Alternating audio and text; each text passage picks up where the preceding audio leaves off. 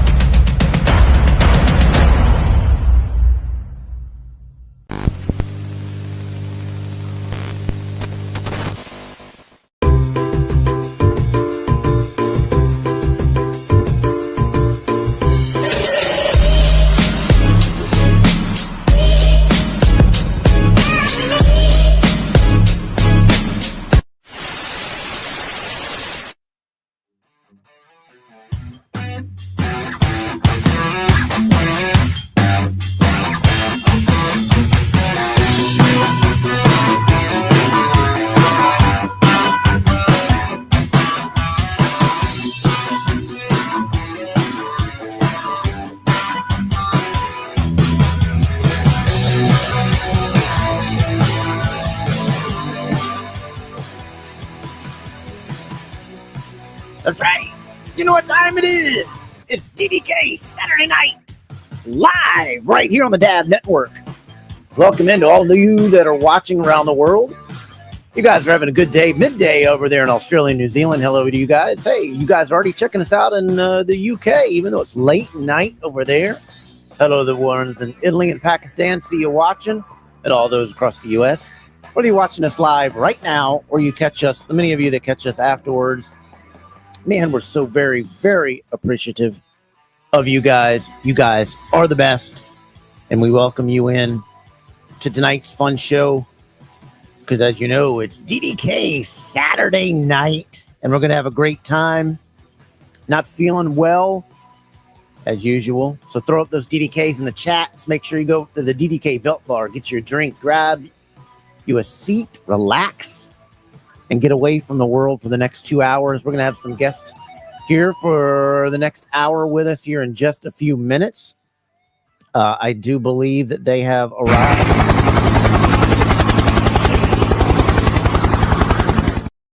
So we'll get them set up in the main room and get them all their makeup on. I hope you guys are having a great Saturday. It's getting warm here on the East Coast, especially here in North Carolina. We've had a couple of days with the heat index, man, already over 110. And this coming up week is supposed to be even hotter. What's going on with June? Let's relax. You're already burning everything up on the farm. But we got some great guests coming up tonight. We got the guys from Drunken Pop. Yeah, TJ, Dave, and Tim. They're from the YouTube channel. They have a show over there from Marked Out Moments on YouTube. Got to check them out. Got to subscribe. And got to check them out each week when they go live. They have a great show. They deal a lot with pop culture and sports, as well as some other things. They talk a little bit of wrestling. So we're going to do all that tonight. We're going to have some fun as we do that. But you guys got to make sure that you check out Spanning the Globe podcast. Hey, check them guys out every Thursday night, 8 p.m. Eastern. They do a wonderful job over there. Watch them on the Wide World of Belts YouTube page. Check them out. Get them to 500 subscribers. When they do, they are going to be giving away a belt. And hey, Mark Championship Leather has a few openings right now. Real other guy for all your wrestling needs. You definitely got to check him out. He has some openings. And when you do, if you mention you saw it on DDK, you're going to get a 10% off. You can't beat that. Any money back in your pocket is good. Check him out. Hit up Mark Maggard. And he'll get you scheduled in for all your needs over there. But as you guys know, my boring name is KEV Kev.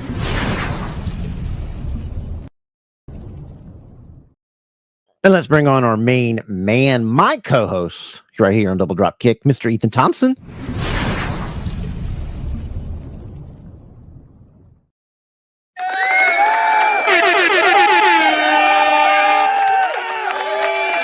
What's up, buddy? What is good?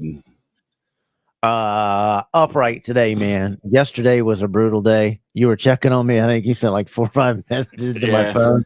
Yeah, today. Yeah, it was a bad medicine day. Nothing was working, and I got going today. I think pretty early. I think it was about 12:01. The wife finally got me upright. Got some medicine in me. Got some IVs going and all that good stuff. But you had an eventful night last night and today, right? You always are ready to box it out with everybody. But I'm just gonna throw this out there right now. I owe nobody an apology. Easy. I owe nobody an apology other than Ron Edwardson. He was the victim of a joke that wasn't directed at Ron. It was not in any way directed at Ron. So hobby Nancy's and Karens, please understand it wasn't directed at Ron. Okay. I've DM'd Ron. I've told Ron. I've apologized to Ron in private, and that's where I'm gonna end it. There we go. Small applause to that. Small applause. Okay, everybody, shut up out there. All right, Ethan, tell the folks what they got to do, man. You got to like, share, and subscribe. That's what you got to do to keep us running, because that's what we're here for. We're here to try to bring some entertainment and try to have some good times. Yeah, we've got our great giveaway show. Thank you to all your subscribers. We're pushed us over 4,000 subscribers in under a year. We're so appreciative of that. The support that you give us is outstanding. The messages I get are just overwhelming from all over the world. You guys are crazy over there in Scotland and the UK. And now Australia has popped up. You guys are rabid for wrestling and wrestling belts and all that kind of great stuff. We don't get into a whole lot of wrestling except for maybe the main events and this, that, and the other. We're a lot about the belts and some other things. But God, we love you guys over there. You do a great job for us. Ethan, as you know, you got to tell them how they can find us. Hey, check out the Instagram. Check out the Instagram at Double Dropkick Podcast. Go to X. Kevin loves his X. Get us at DDK Podcast. On X, sure do. And then Facebook. You can share your pictures of the weeks, whatever you want to do at Double Dropkick Podcast on Facebook. There you do it. I can't stand Instagram. It's like when you try to post on Instagram, it's like 5 clicks. Then it asks me, did I want it to? It's like, no, just do it. X is like 2 things. It's out there and I'm done. But all this other, and then you try to look at something or you scroll, and it's every woman in the world. This hiney is right in your face every 2 seconds. It's like, is any women out there got any self-worth? It's full of it. Yeah, so is my timeline. So I can't really. Yeah, I'm just throwing that. I'm just being honest. Hey, our guys have pulled up to the club, man. They're out of the limo. They're inside. We're going to bring them on in just a minute here and say hello to them. I want to say hello to everybody in the chat. Chat is just popping off. What is good, everybody? Platinum joining us. Welcome in, buddy. Good to see you. Andy Bolger. Andy, yes, it is. It's DDK Saturday night. Richard Ward, those 2 guys are from the Man in the Good podcast. There's Mendoza Crab. Coast to coast, to host, the most. It wasn't me. I was a guest host the other night. If you didn't see that on Wide World of Belts, I filled in and was a special guest on their show. And Richard did not know how to end the chat, and it was a good thing I didn't. Because when the show's over, what do I usually do? I'm usually saying some stupid mess. Yep. Not getting all that. But it wasn't necessarily Richard's fault. He was just trying to emphasize that. No, he was trying to emphasize that, with the Brothers Kayfabe podcast sponsorship, they are able to bring the show at a more affordable price, and he just got caught up. Mark? What's up, Mark? What's up? RD Morton, what's up, buddy? Double drop. Oh, drumstick. We can do that. Double drumstick. We can do that. Well, that's fine. If you like the chicken, you can eat it. What podcast is this again? Yeah, I was on another one, but we're on Double Dropkick tonight. It is DDK Saturday night. There's Mark Maggard. Hit him up for all your leather needs. What's up, Chris? We're doing it. Yes. DDK. Everybody's still on that legacy thing. It's still funny. Jim, how you doing? Good. Chris, thanks for coming in and joining us. Mark, the other Mark is home. I believe he is home. Yes, no, he is home. Christopher, thank you for joining us. Hope your girlfriend says hello. Yep, there she does. Hello, Lisa. Thanks for all you're doing. I appreciate your pictures. I love when you guys show me that you're watching it, or we get the pictures that we're on the big screen, the TVs. It makes me look so ugly. I really enjoy seeing all those. It's great. We want to send a shout out to a boy, 80 Terry, over there. Stay safe. Yes, stay safe. He's deployed, so stay safe over there and come back safe. And we know you're watching, or you'll get to see it. And thanks for doing it. O'Keefe, how's it going, buddy? What's going on? Hernandez, what's up, buddy? We're doing good, man. We're all here ready to roll. Everybody in the DDK chat is just kicking it off. Everybody having fun. There's Stone Cold, the winner of our last belt. We'll have our new giveaway here in just a just a short time too. We're going to get that scheduled, hopefully for next month. What's up, Deuce? Talcum powder, not talcum powder. Get that stinky leather from Mark. Always. Everybody is just popping off in the chat. Reginald, how you doing? You're not late. You are just in time. CJ brother, how you doing? I'm very, marked out moments is probably Dave himself. We have kidnapped his FedEx driver. So if you're a FedEx driver, don't ever go to Dave's house. He's going to shoot you. Save some for me, Platinum. Don't. Yeah, I mean, I get it, whatever. But I'm a married man. This, that, and the other. I want to see. It's so full of it. I don't even get on it except for my page. It's just. What's up, Keith? How you doing, buddy? Yes. Keith. Who could that be, Keith? Everybody, make sure you go over to Northern Wrestling Society in the building. Yes. Did you drop the Michigan out of it? Go check out his stuff. Hello, guys. Hello, Vinny. How you doing? The green. He likes the big green belt. The king Jose, of the big green. Right here. Hello, Jose. Welcome in. Looks like you're a new commenter, so we'll give it up for you, buddy. Good to see you. Chris Robert, where is Drunky? I don't know. Give him a minute. He'll be in there. Heard it. This Spanish Globe has a new trend, never ending podcast. Yeah. That was it. That was funny. But these guys that we're going to bring on right now, they have a great show. They're a great bunch of guys that you've got to check them out. If you like sports, if you like, talking pop culture, they talk, some wrestling stuff here now and then. That's how they started. So they do all kinds of great stuff. And they're guest on our show tonight. And we want to welcome in our guest. These guys are Drunken Pop.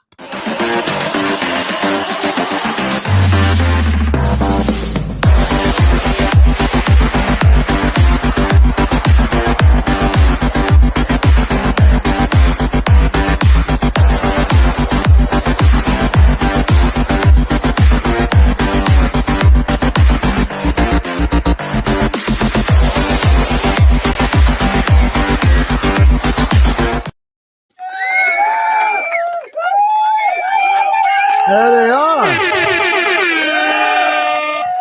What's going on, guys? How you doing? That's quite the introduction there. I love it. Hey, we welcome our guests. We roll out the red carpet. We send you over. Hope you got. Better we introduce ourselves. Yeah, one of your guys is not here with us, unfortunately, tonight. He's got some other things, so that's okay. We're going to have fun without him. Mm-hmm. But we got these two gentlemen here with us. We got Dave, and it was TJ that's not going to be joining us tonight, correct? Oh, I'm TJ. Tim. Timmy's at a work function. He just got a new job. So in the real world, so they're throwing him a goodbye party. It kind of happened last minute. So, we'll give him one of these. For he's a jolly good fellow. For he's a jolly good fellow. For he's a jolly good fellow. And you suck for not being on DDK. Gotta give the golf clap. Give me the golf clap. Okay. We'll give him that. So how you guys doing? On a Saturday night. It looks like Jesus is coming in behind TJ there with that. TJ, we told you to put a curtain up there years ago. Like 3 years ago, yeah. Admittedly, a Bears fan needs all the light he can get in his life. I'm just that one out there. What? And the Pope, a Chicago fan, and this, that, and the other. So I think he's shining down on him all already for hanging with it for all these years. He's like, all right, this year's your year. Yeah. One of our good viewers and host of Spanning the Good podcast, Ben Walker, is a big time Bears fan. So we're always punching back and forth on the Dolphin stuff. And I was like, I'm always like, yeah, you got that number one beside that. What was it? 13, 14 and 0. They didn't get all the way there.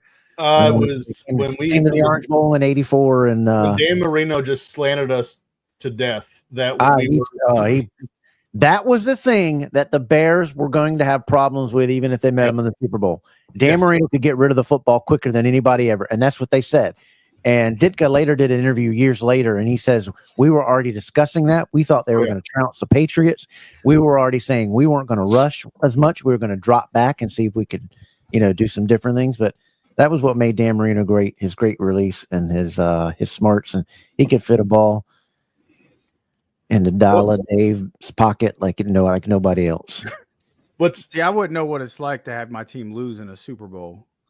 So it's just Who's your team? Who's your team? The Buccaneers.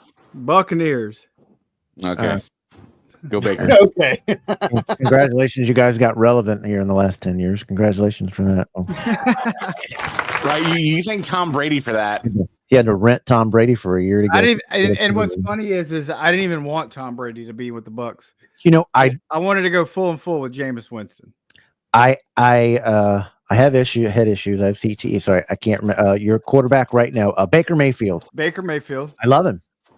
I said how many teams gave up on him way too early when he was a free agent, even before y'all signed him in. I said, the Dolphins, what are you doing? Get rid of the Hawaiian punch. This kid is a walking bubble wrap of a QB. He's crap. He's junk. Get him out of here. No, nobody wants to listen to me in Dolphin land. Baker needed to find the system that worked for him, and he did. He landed in a good spot. But with Tua's throwing mechanics, and I'm no expert quarterback, but Tua's throwing mechanics are just atrocious to watch. His release, his delivery, I mean, it's just appreciate it, Chris. It's not so much more of that. It's his first read. He can't do anything outside of his first read. He has to read or do something else. Forget it. And then he's so scared to when you need a drive. I don't care about how many numbers he had. I don't care if he was second in yards and whatever. Those are choppy yards. When you needed a drive in those playoffs, when you went to the Bills in Buffalo, that's 2 years ago, and it was a 1-score game, and you had 6 times to take the lead in that fourth quarter, and you couldn't even get a drive. You were 3 and out.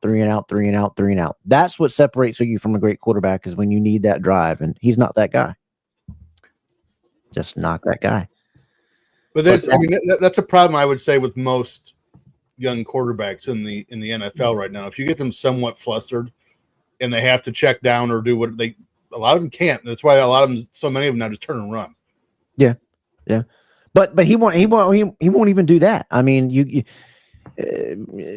I played sports. I mean, I'll take another concussion to get an extra yard if I got to do it. You got. I don't know if Tua should take another concussion. I mean, he's no more concussions for Tua, or his football career is over. Dude, the O-line farts on him. He's going to get another concussion. I mean, he dropped toilet paper. He's just done. I'm done with the whole organization. I'm so mad about him. I can't stand our owner. Our coach is now wanting to be more of a little preppy hipster and not, had a run game and abandon that half. I don't know. And then our logo sucks. Can't stand our logo. We have. Yeah, you guys have one of the classic uniforms of all time. You should have never changed it. It's absolutely spectacular. It was one of the best. And like I said before we came on the show, I said the Jets follow suit. A lot of these other teams are like, what are we doing? What are we doing? Listening to these Gen Z guys coming up and changing our uniforms and all this kind of mess. We gotta go back to what tradition. When you see a logo, it's tradition. When you see Aquafresh logo, I mean, in Disney logo across the street, I mean, on the helmet across from you, are you scared of that? No. You want to see tradition. Next needs to be the Dolphins and the Broncos. Yeah. The Orange Crush uniforms of Elway's heyday. I mean, I would argue I would put the Broncos and the Dolphins 80s uniforms like 1 and 2. It was tremendous. Yeah. If you're a WWE and AEW fan, the Impact Wrestling is my third favorite. All right, appreciate that, Jose. We got you. 94. Did you graduate in 94? Welcome into the program. I was 9 in 1994. 9 in 1994. I graduated high school in 1994. Jesus, you're old. Appreciate it. Thank you for coming in. We're going to get into some good stuff. So guys, tell us. I've had a lot of questions all week. We had Jay-Z, the the big time guy, the Bojangles champion on here. Love Jay-Z. And good friend, love him to death. Thin blue line, got his back. And then people were like, man, then now you got Pop on here. We're going from chicken to Pop. Well, what is Drunken Pop? And a lot of people were asking me that. I'm trying to explain it to them, but I said, you know what? Just listen to the guys come on in and what they got going on, because it's really cool and really fun. So tell us, what is Drunken Pop? This one's yours, Dave. Well, we met in early 2021. And the three of us met up with our old producer. Hold on, we got your dudes, your guy that wants to hog all the attention on your show all the time. I think he just showed up. Welcome to the show, Timmy. Oh, here we go. Hello. What are we doing? He made it. TJ, your lighting is excellent. I'm glad you can get the entire. He got a golf clap for nothing. We gave him a golf clap because he wasn't going to be here. Yeah, now he's here. We poured out a little bit of beer for you. And what are we doing? Timmy C, be on your best behavior. We don't use potty language here. I know. I didn't say anything dark, but TJ has all the light behind him. I can see everything in my room. That's what I'm doing. The Pope is visiting. You can, right now. but if you looked at the back, you couldn't see any of it. So before you barged in rudely, Dave was trying to explain what our show is. So back in 2021, we all met up in Chicago. I used to live up in Illinois. Timmy lives in Kentucky. TJ is in Indiana. We decided, no, it wasn't Chicago. It was in Champaign. Illinois. We all went to Champaign with another friend of ours who lived in Indiana as well. His name's Josh Odom. He was the producer for our show. We sadly lost Odom just over 2 years ago. Yep. He passed away, and he did give us his wife and 2 children. So they're now part of the family as well. We love them. Shout out to Lauren, Everett, and Carla. We love you guys. But Odom it was a very sudden thing. It happened. And, here one day, gone the next. And it brought us, the three of us, even closer together than you could imagine. But so back in 2021, we all met up and decided, hey, we wanted to do a podcast together. I was on a podcast with another buddy of mine after he heard me doing Jay-Z Flair show, because Jay-Z is a friend of mine. Okay. And he had me on when he did the Jay-Z Flair show. Timmy C wanted to work with me. TJ thought it would be good. And we all met up and we tried to create a name for our podcast. And we came up with the Filter Free Popcast. So we are pretty much filter free with the way we talk about things. So we pick a date, we'd talk a wrestling event and everything that would go on with that date. Over the course of 2.5 years, we decided, okay, filter free Popcast isn't working for us. We need to change it up. And we decided, the three of us, to go with Drunken Pop. So we are now no longer doing a podcast. It's straight YouTube, as we're trying to monetize markoutmoments.net.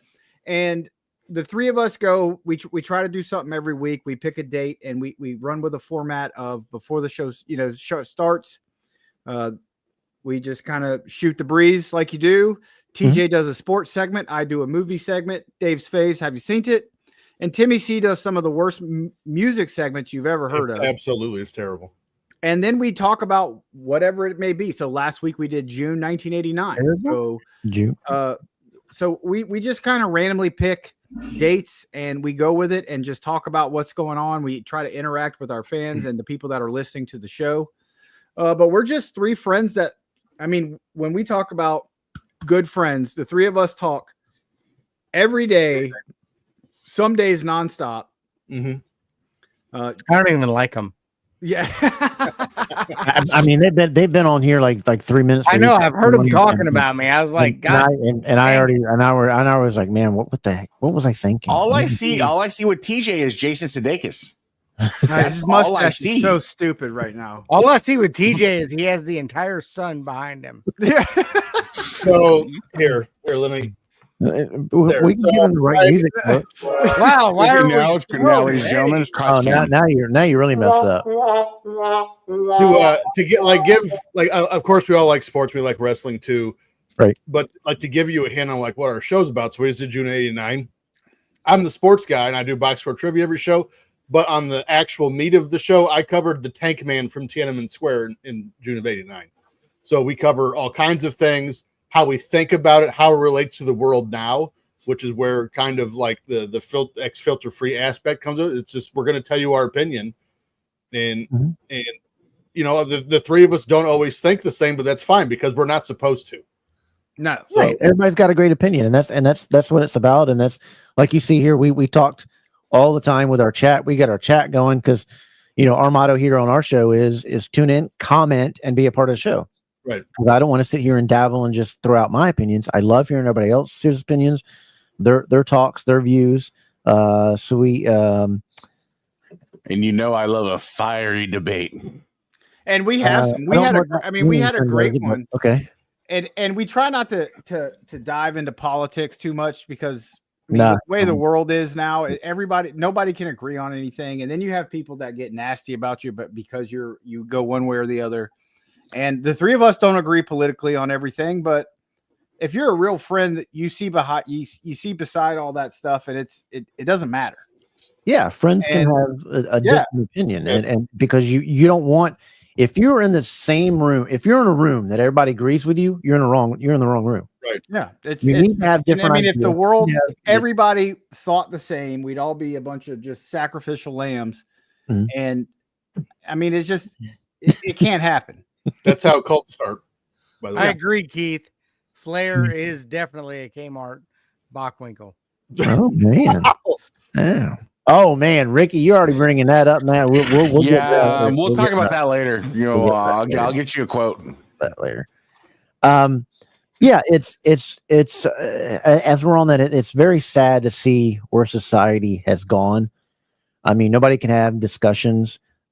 Colleges just seem to be indoctrinating kids one way or the other instead of leading free thought.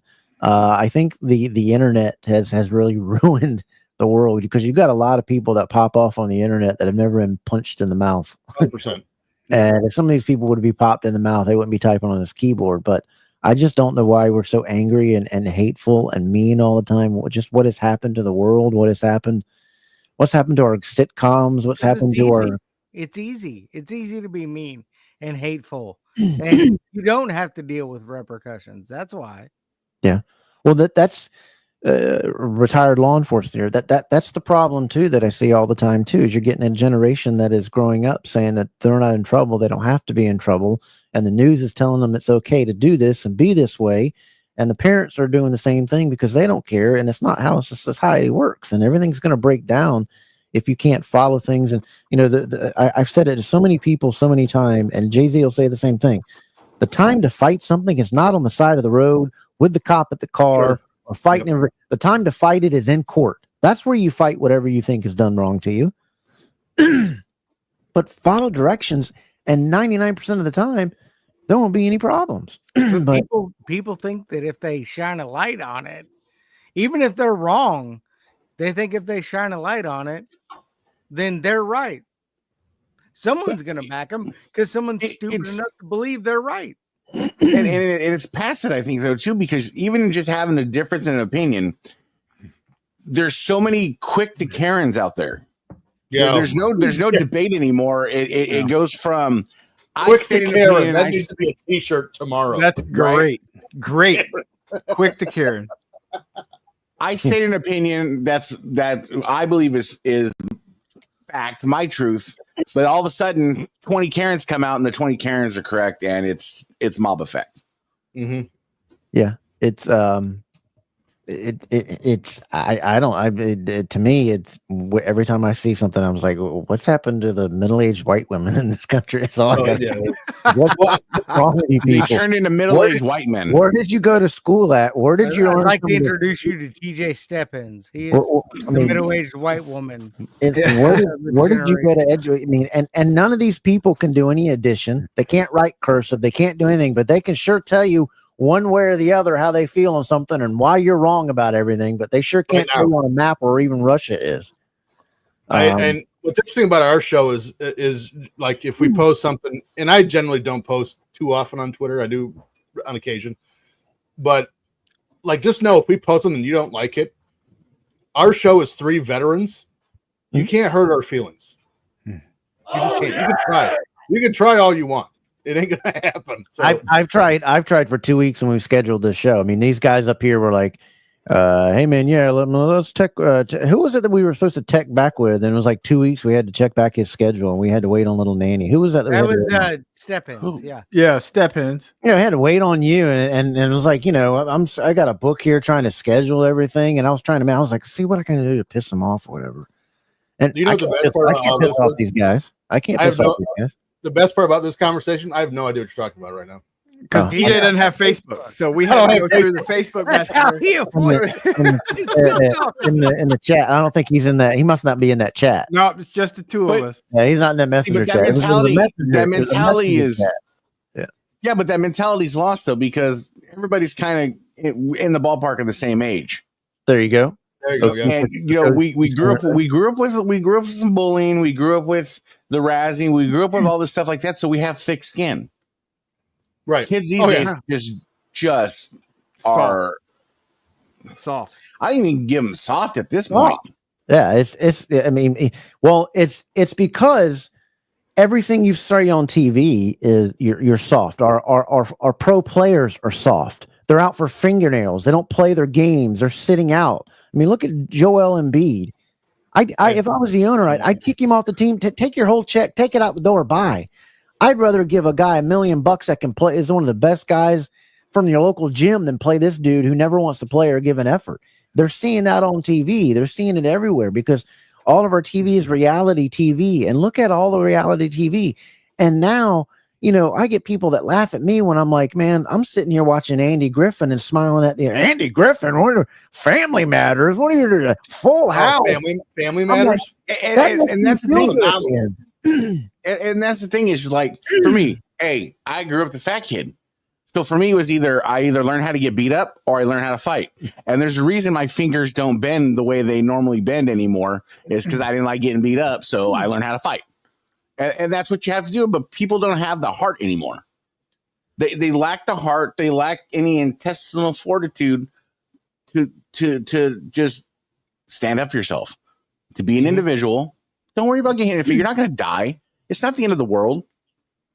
Get up, dust yourself off, do it again.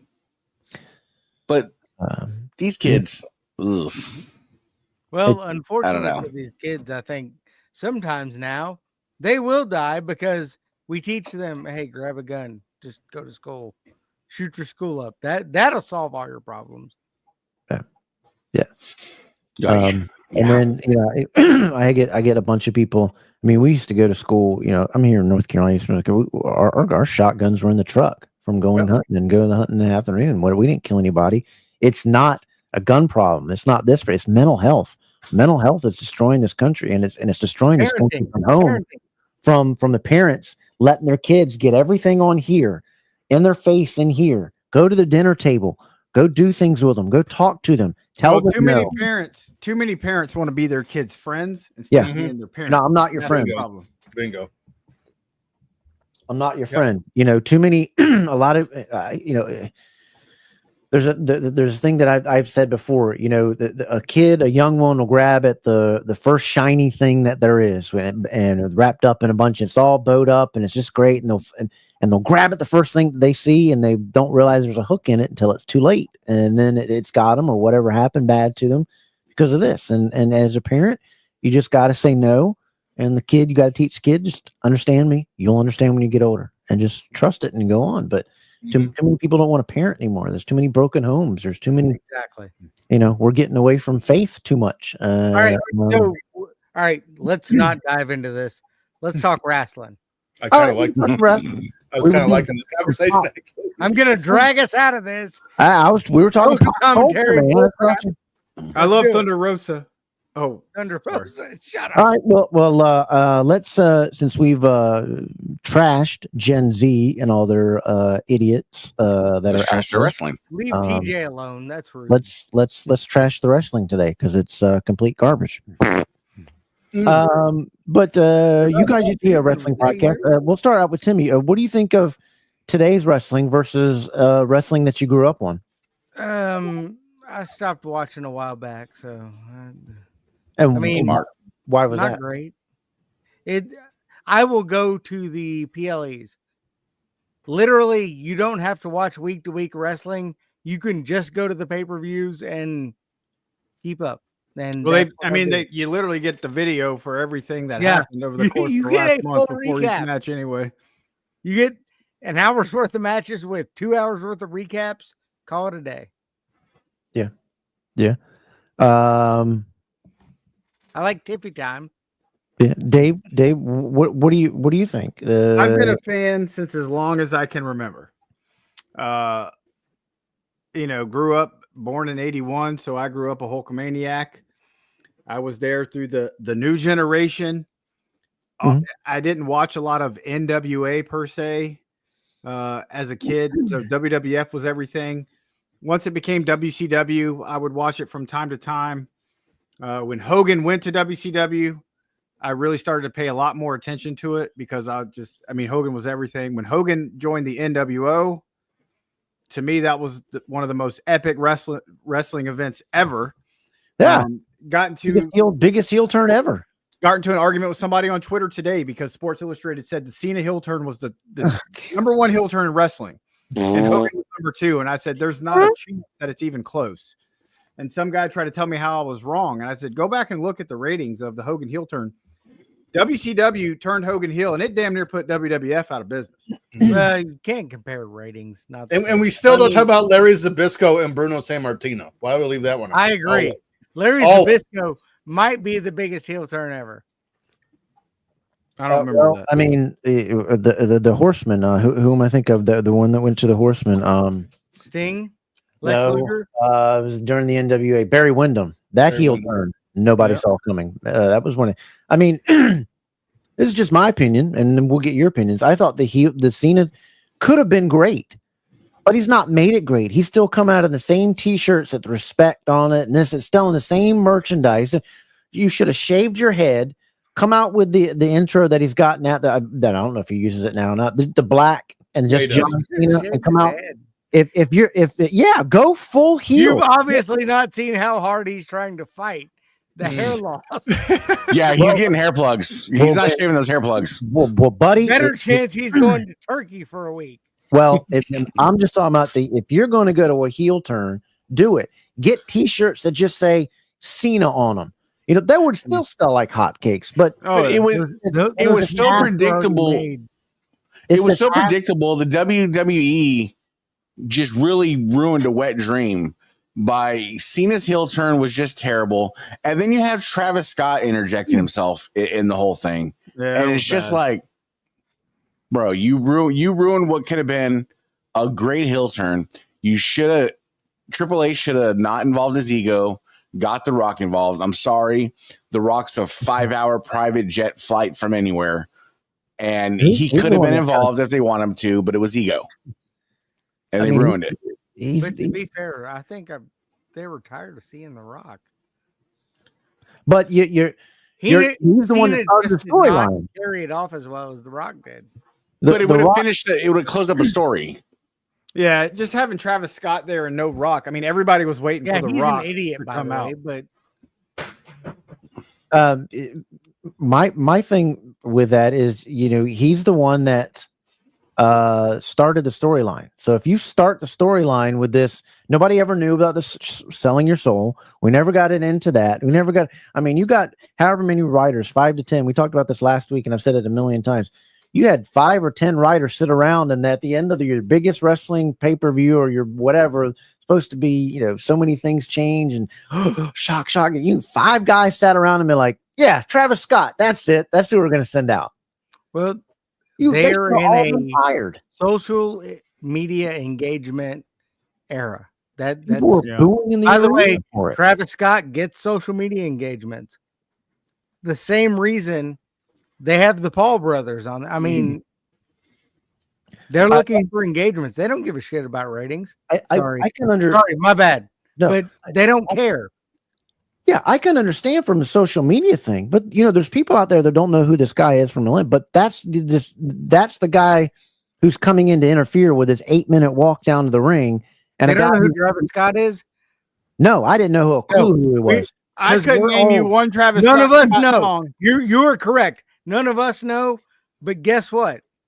Those 18 to 35s, they know. That's great. But again, he wasn't a wrestler. He wasn't involved in this storyline until he Doesn't slapped matter. somebody. They're looking for engagement. Then bring him out with somebody. You mean The Rock, and now he came out by himself. So you mean to tell me if I had it my way, I'd have had The Rock come out, and then you wanted to leave your social media, because I guarantee you what would have broke it even more, because it wasn't about him being there. It was how stupid it was that he was there. But I was saying, bring out the Rock coming out, and then you had the perfect time that Stone Cold was in the building. The Rock is interfering, and all of a sudden you hear the music break, and here comes Stone Cold coming out, and he interferes. Would that not have broke the internet? It would have. Instead, you had Pookie from New Jack come out weighing 150 pounds running interference. It's not believable. It's not fun. It's not. Apparently, what I've heard through the grapevine is we all think The Rock, Stone Cold. Apparently, there's still some bitter feelings there between the two. There's something going on. So hence why last year the Undertaker was the one to come out and choke slam The Rock and everything, and not Stone Cold. Because it was all lined up for Austin. It made the most sense. It made the most sense for Austin, not the Undertaker. The Undertaker and The Rock don't have that history. I got a plan. How about we create a new superstar? Let's quit going back to The Rock and Stone Cold. You know what? Roman Reigns, pretty big ass superstar at this point. Just saying. I don't know why. What's the guy that does? I don't like his name. The LA Knight. That dude. He's a great wrestler. But he's popular. Great on the mic. Pushing in him. Say what? I said you may not like him. Popular. No, I think I like him. I don't know why I don't like his name. I think the LA Knight's kind of it's dumb, but it was just But in my opinion, and we'll ask TJ up there. I don't think you can get any new superstars because they don't try to push anybody. Correct. You get the same crap every Monday and Saturday night, where it's all about the championship title, one title. It's all focused around that. And it's those two guys in the ring all the time talking for 20 minutes every show. That's all we're getting anymore. We're not getting wrestling. We're not getting wrestling matches. We're not getting good storylines. What's happened in the tag team division? Look what's happened to the lineage of the IC. The IC was at a time had just as much prestige as the world. Yeah, being the Intercontinental Champion used to mean something. Now it's just and that died. That belt died in the Attitude Era. But what made wrestling big was, in the mid to late 90s, Steve Austin. And WWF couldn't push him out there and have matches every single week because of the neck injury. But people were so interested in what he had to say. They tuned in for these 20-minute segments to start Raw every Monday. It started off with Steve Austin doing something crazy, and it ended with Steve Austin doing something crazy. Right. And it wasn't the match type thing. The WCW was a little bit different. They'd start off with one thing, but every week ended with the NWO in an in-ring segment. Right. And usually it ended with the NWO cleaning house.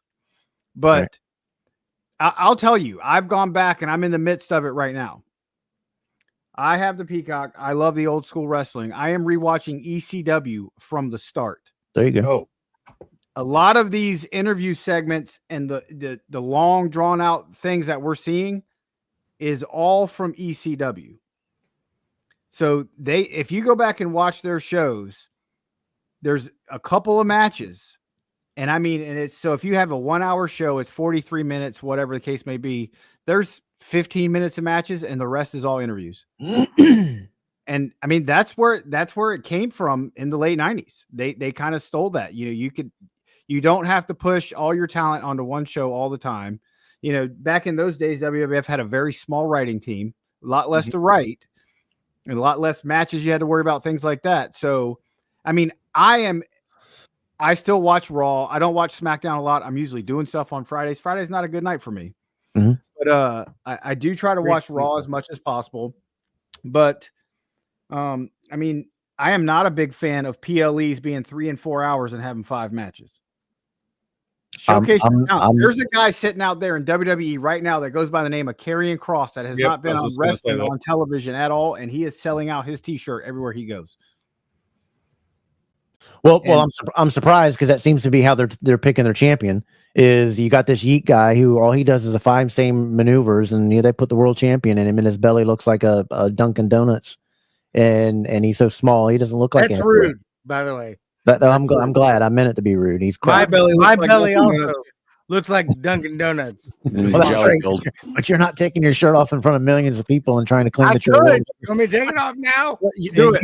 Go ahead and claim you're the world heavyweight champion. Go ahead. Go right ahead. I could be. You don't know. Well, we'll see. We'll throw you in the ring. We'll find out. I mean, hopefully, we'll find out. I saw you get beat up by a mechanical bull. We're fine. Oh man. The thing that I was talking about with the matches, and then TJ, want to hear your thing is the Raw is what, 3 hours? It's a 3-hour show, and we're only getting a couple matches.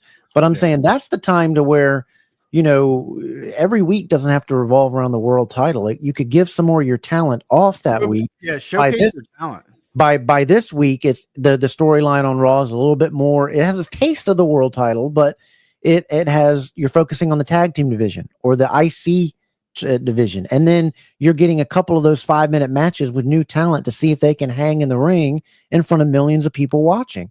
That's where you can push and find out somebody's got some new things. But it's the same people, the same 5 to 10 people every show.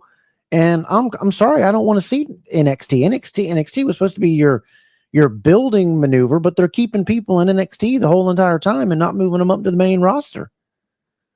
JJ, what do you think? Well, for one, they don't have the best track record on call-ups anyway. And I've made a very hard realization in the last year or two, and it's just something I've had to come to live with, and I'm fine with it. Wrestling's just not for me anymore, and that's okay. When AEW started, however long ago, I was really excited because they had guys. I was a big Dean Ambrose fan. And I watched their first pay-per-view, and I saw Moxley debut, and I was like, all right, I'm going to give this a chance. And I watched it for 2 months, and it's just not my thing. I don't want to use gymnastics matches. I think that's lazy. But I don't. You're right. Like it should be called flippy floppy stuff. I don't like the overly choreographed, fast for the sake of fast, moves for the sake of moves. Match is not my thing. In WWE just bores me to death, because nothing moves anywhere. I think WWE desperately needs a brand split more now than ever they have, because there's just so many people that aren't getting television time. But I think they would screw that up too. So it's just I watch the events, I keep up, on social media and stuff, and I see what's going on, but it's just not for me anymore, and that's okay. That's fine. It's because you're old. It's fine. It is, yeah. I just turned 40. I don't watch the current stuff, but I try to keep up with it just for our audience. AEW is literally just gymnastics with blood, and amen. Cool, good for them. I like it for them. It's an ESPN. I don't enjoy ESPN it. Two tumble match. Yeah. I'm not into it, but I will still keep up just for our audience, but none of this stuff today is for me, really. Well, so here's my thought on this. Like, every WrestleMania main event has to have 39 run-ins now. When Austin beat Michaels for the title at 14, who interfered? Mike Tyson. No, nobody interfered. Well, he did, but it was at the end. But the quick count, right? Yeah. Austin Rock up until McMahon, nobody interfered. Most Undertaker matches didn't have I don't know when this trend started. When the Iron Sheik beat Bob Backlund, no one interfered except for Arnold Skolin with his towel. But there's always been interference. Sorry, I don't know when the constant run-ins for main events started, but I wish it never had, because now it's just overdone. Because now when you watch WrestleMania main event, you're expecting 11 run-ins. And it's almost disappointing if you because don't they got to get all the Hall of Famers in. Well, I remember WrestleMania 31. When Roman is the glass going to shatter? Come on, Roman Brock Cold. in Santa Clara. Nobody wanted that main event. I actually watched it in Chicago at Squared Circle Restaurant, which Victoria owned at the time. And nobody wanted to watch that match. Nobody wanted to watch Roman and Brock. Up, sir. And then Seth Rollins cashes in, which allegedly, if you believe the urban legend, was a last-minute decision. I don't believe that for a minute. But he cashes in. And WrestleMania 31 quickly went from being one of the worst manias of all time to one of the best, because everyone remembers Rollins cashing in and single-handedly say that WrestleMania. But I don't even count that as interference. You had this Money in the Bank cash-in stipulation. They were able to utilize perfectly and get the champion. Well, really, I don't know if the fans wanted Seth Rollins to be the champion. They just didn't want Brock or Roman to be the champion. Yeah, that's true. And I like now, like Cena and Cody. Everybody wanted to see Cena and Cody. You didn't need all this extra fluff around it. The match would have done fine. If Travis Scott would have come in afterwards for the beatdown, I'm fine with it. Go ahead. But during the match, come on. To think about it, the only one I can off the top of my head think of there was any kind of interference was probably WrestleMania 9. Mr. Fuji threw the assault at Bret Hart. Yes. Hulk Hogan comes in. That was probably the closest one. Well, I mean, you had WrestleMania 4. Hogan helped Savage win. Yes. Yeah. And that's and 9 is so minimal. 9 is regularly referred to as the worst WrestleMania ever. Which I've often held that's incorrect. I've often held the attitude that if Hogan doesn't walk out of that the champion, 9 is way better than people give it credit for. Hogan Also thing has ruined it. Hogan's better than Bret Hart. This is why you're the host and not the commentary. He's better than Owen Hart too. Correct. Well, Owen is better than Bret. I mean, I'll go with that. I'll give you that. Sure. All the Harts suck. Yeah. The Italia is the best. Teddy. We Teddy Hart is the best Hart. We just mentioned Hulk Hogan. I mean, everybody was Hulk in our generation. Everybody was Hulk Hogan fans growing up. I loved Hulk Hogan. I was not. And the thing we liked, the thing that we've talked about on the show before, that's just funny is now it's the cool thing to do for all these wrestlers and all these guys and all these writers and all these experts on all these social media platforms to hate on the guy and just rip the guy, and now he's the worst ever and he's the worst human being. Blah, blah, blah, blah. Did Hulk Hogan say something stupid in the privacy of home? Yes. Do I think Hulk Hogan's a bad guy? No. Well, I don't think as many people hate Hulk Hogan. I don't think as many people hate Hulk Hogan as they lead on. It's just people nowadays aren't allowed to have their own opinion. They don't, because if you go to one of his Real American Beer things, there's 2,000 people lined up out the door trying to get a picture with him. Hulk Hogan doesn't help himself, because Hulk Hogan just I'm sure he's likable. He said one bad thing, but he continues to lie about everything. But let's throw out. I love Hulk. Don't get me wrong. I'm talking about Hulk Hogan, the character.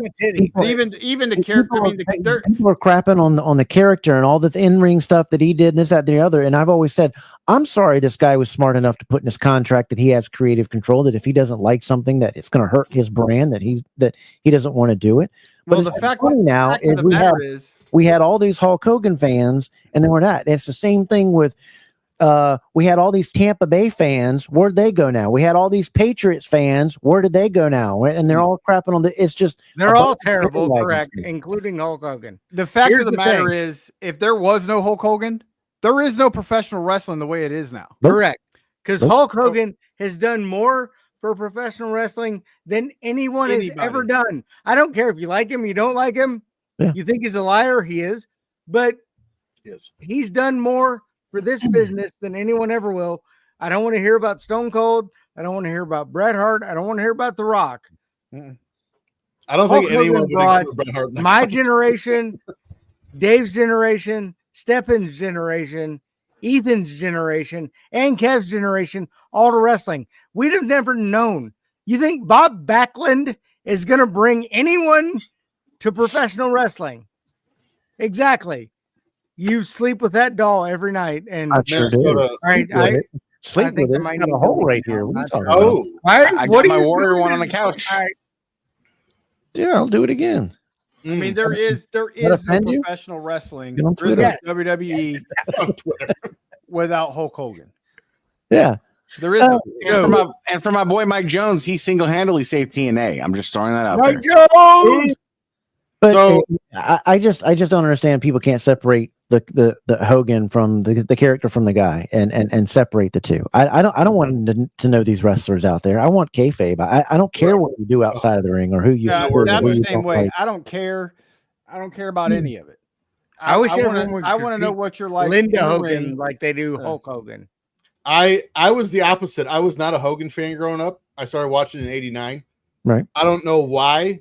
I was drawn to Randy Savage, Ted Mr. DiBiase, Perfect. Big Boss Man, Mr. Perfect, Roddy Piper. Like that's who I was drawn to, not Hogan. And now, mind you, I didn't hate Hogan ever. I just like he just didn't do. I'd rather see Randy Savage or any of the guys I mentioned. So that's crazy. Yeah, that's just a crazy statement. You're just But trying I to be shocked. I was just getting ready to say Hogan. I'm not going to discount what Hogan did for the business. I mean, it was again, WWF is dead if WrestleMania 1 isn't a smashing success. And he's still here. But I will say, to Timmy's argument, I will disagree because Hogan made them a giant company. Steve Austin made it public. And I would argue they did the same. Had the same effect on wrestling. And Austin did it in a much shorter time. His run was essentially 97. Austin just didn't have the longevity. Sure. Ethan, get in here on this. Let me hear what you think. No, I'm gonna agree. I'm gonna agree because Hogan took it from nothing to something giant, like this just giant conglomerate. But then you enter Steve Austin, and Steve Austin took it and made it a different version of cool. He made it a different version of cool. Yeah, because we all wanted to beat up our boss. You were embarrassed to be a wrestling. Yeah, it was. Yeah, then in the Attitude Era, you were no longer. Everybody watched it. Yeah, we all wanted to beat up our boss or do something like that. So that's where he. Yeah, that's why I love if you guys you guys seems like grew up a lot on the WWF and I grew up here in East North Carolina, big on Mid Atlantic and NWA, the Four Horsemen, whatever. But these guys on TV were always what you saw in that Attitude type era. That's why I loved NWA. It looked like the guy down at the bar, the big boy down at the bar that was 6'4", 6'3", who was just a regular linesman or electrician or plumber that could whip your tail at any point. That's what those guys looked like, and it was a believable thing. And the WWF at that time was kind of more character driven. Sure, both great and both two different things. But then you had the Attitude Era, which was kind of what Mid Atlantic and NWA was kind of doing before then. Sure. But the question I want to ask everybody out there, and I don't think I've talked about this a long time since we've been on YouTube because we used to have our show only on Facebook. But I think. What saved, and I'll get everybody's opinion here in the chat too, when the Monday Night Wars were going on, there was a battle there, and WCW was kicking the pure T, however you want to say it, the pure T out of WWF at that time. Yes. And they were winning those wars. And there was a thing to where there was some rumors, we're going to sell or we're going to lose this battle. They were very close. And the thing that saved WWF was the signing of Stone Cold Steve Austin and The Rock. Correct. Those two won that Monday Night War. What would have happened if WCW had assigned Stone Cold back? He wouldn't have become that character. We all know that. He'd still been Stunning Steve. Yeah, he's still been the mid-card. But I don't think WWF would have been able to win the Monday Night Wars with just like a Rock guy. You needed those two guys. And if they hadn't assigned that and we didn't have Stone Cold and Rock, the WWF would not have beaten WCW at the time. WCW's started, when that started going, and The Rock and and Stone Cold started going, WCW started outthinking themselves with dumb writing and got themselves tanked under, and that's how that stuff. And the Nitro book is great on that. But what is you guys' take in the chat? Do you guys feel that same way too? Has that ever thought into your mind? Like, if WWF hadn't assigned Stone Cold and let him be the character he wanted to be, what would have happened? No, I think you hit the nail on the head, because The Rock and Stone Cold at that time was so organically such a great just rivalry. It's probably the best rivalry we've ever had in wrestling. And the way the mic, see, the key was the mic skills.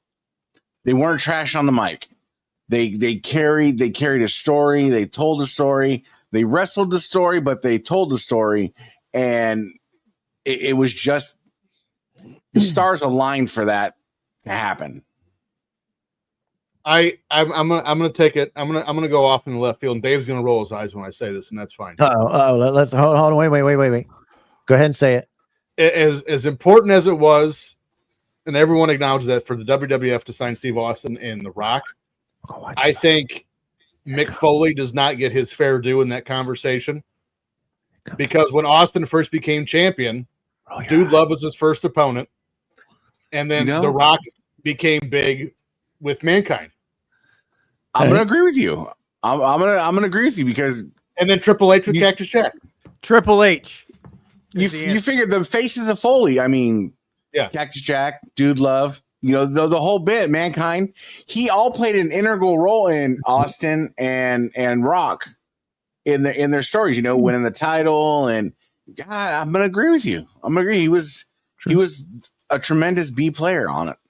Yeah, I'm never going to sit here and say Mick Foley was the guy. I'm a giant Mick Foley mark, admittedly, but he was, as you just said, he was the perfect B cast. When Undertaker was down, and it seemed like maybe that character was going to peter out, Mankind brought it back and made him relevant again. And there's a lot of guys from that era that I don't think they're Triple H. Everyone loves to poo-poo on Triple H nowadays because Triple of the H was a mega star. Yes, in '98. Megastar. Good with point. DX as faces, Triple H was so over. Yes. And then it's him turning heel because he wanted to be a heel. That, he's not that good. When you were riding him hard just 6 months prior with DX. Yeah. And Evolution. DX action, to me, is one of the greatest of all times. I mean, they're up there, not quite up there with the Four Horsemen, but they're up there. I mean, that was one of the greatest. When they had China, when they had the Billy, and China still deserves to be in the Hall of Fame by herself. Is still one of the greatest, if not the greatest women's wrestler of all time. But you put in somebody that, don't get me on that, but you put in somebody last week that I had to be like, I didn't even remember who. Well, see, I think if there was no Steve Austin, WWE relies heavy on Undertaker. That's going to be their main huge star. And because you lose Shawn Michaels with the injury, injuries. Right. And drug. It's gonna be Undertaker would be who they would have had to lean on. Mm-hmm. And I don't know, because of the gimmick, I don't know if it works the same way. Maybe it does if they turn him into the American Badass in '98 instead of 2001 or 2000. Mm-hmm. If they go 97, 98 time frame, they make the American Badass, it might have done some good. But I mean, they're going to rely heavily on the likes of Triple H and The Undertaker. And those are going to be your two people that get the rocket ship strapped to them till The Rock was ready. Because I think truly The Rock was pushed a little bit too hard and too far too fast. I agree with that.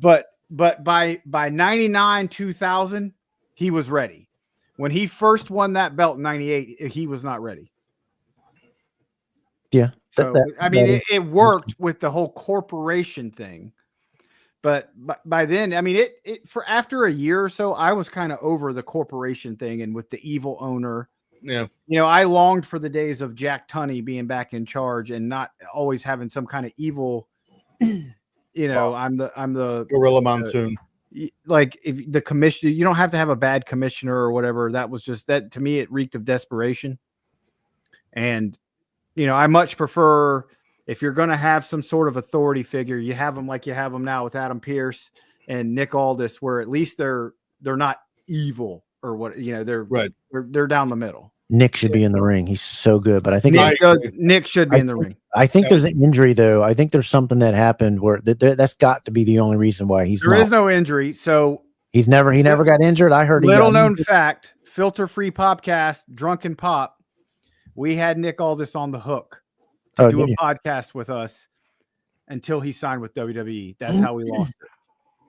So we were going to do. There was going to be a Nick Aldis podcast from us, and we spent many hours with Nick. And so he was never hurt. He's never hurt now. He's never. Nope. He's so good on the mic, good in the ring. I mean, guy. That tells you that tells you right there that there is still enough starving attention for the way wrestling used to be, because before COVID, the NWA was on fire with what they were doing. Yes, they were. And when they listened to everybody on Twitter getting mad at Jim Cornette and God knows, don't put on any old NWA wrestling because you're going to go crazy more. But to get mad at a guy that did more for black wrestlers than anybody probably known to man during that time, I love and get mad at him, and then COVID, and look at all the great wrestlers that they had on there. There's my Jim Cornette action figures back there in the background. Yeah, love me some Cornette.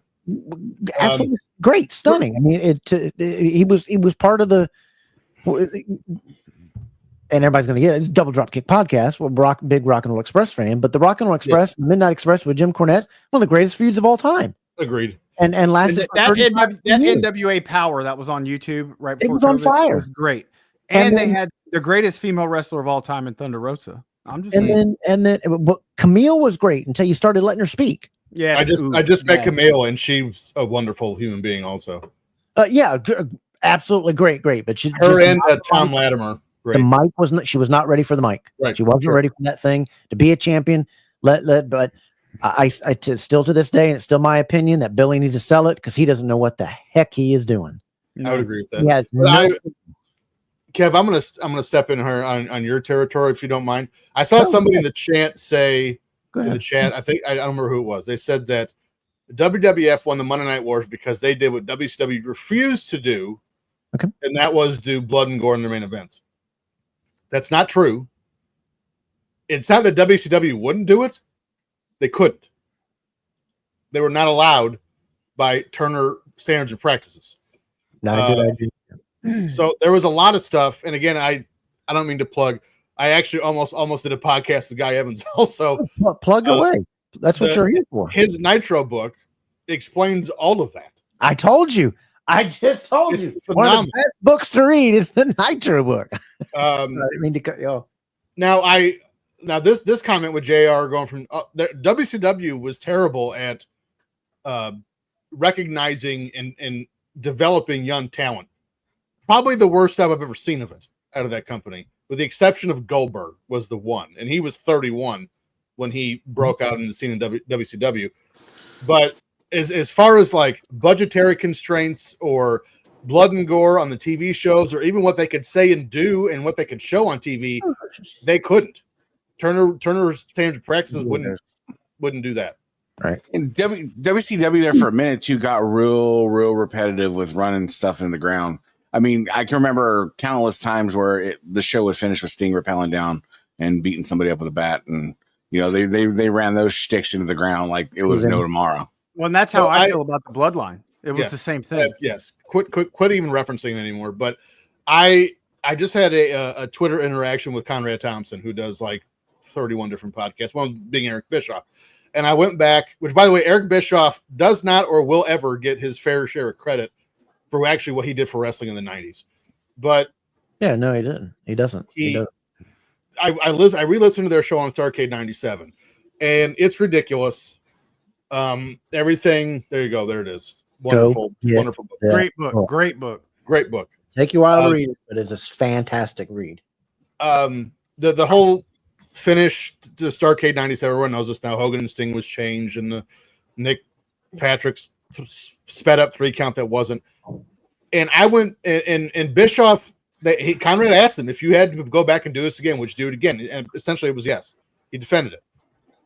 So I got on Twitter this a couple days ago, and I tagged Bischoff and Conrad in it, and I said this is the issue with the Sting Hogan Starrcade 97 finish. This is the problem with it. And this is why, and again, Bischoff doesn't get his due for what he's done for wrestling. He revived it in the 90s. But again, this is also where they needed an experienced matchmaker to kind of do all these things. Is with Sting having, they had just put Flair in the hospital 2 months before this at War Games. They slammed his head in the cage. Kurt Hennig turned on the Horseman again. Roddy Piper, although he went 3-0 against Hogan, never won the title, so it was pointless. I don't even know why they did it. He lost the Super Bowl. Well, there you go. So he's 2-1. Well, Randy Savage put his foot under the rope, though, so that's why he lost. It was Lex Luger won the title for a week. Won it on Nitro, lost it at Road Wild.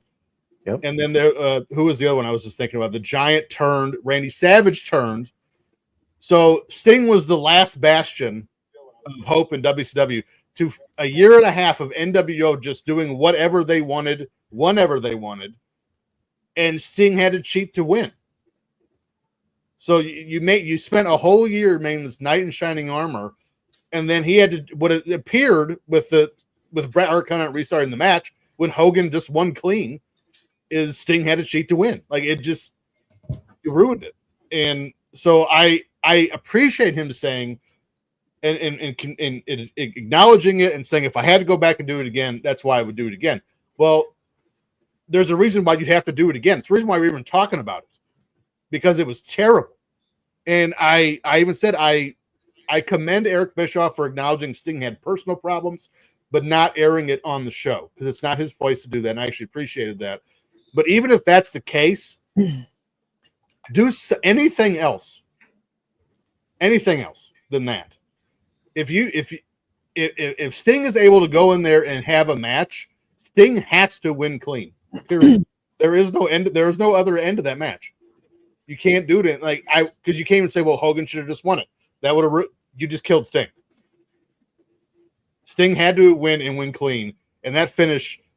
I'm not going to sit here and say Starrcade 97, that main event was the beginning of the end for WCW, because that's goofy.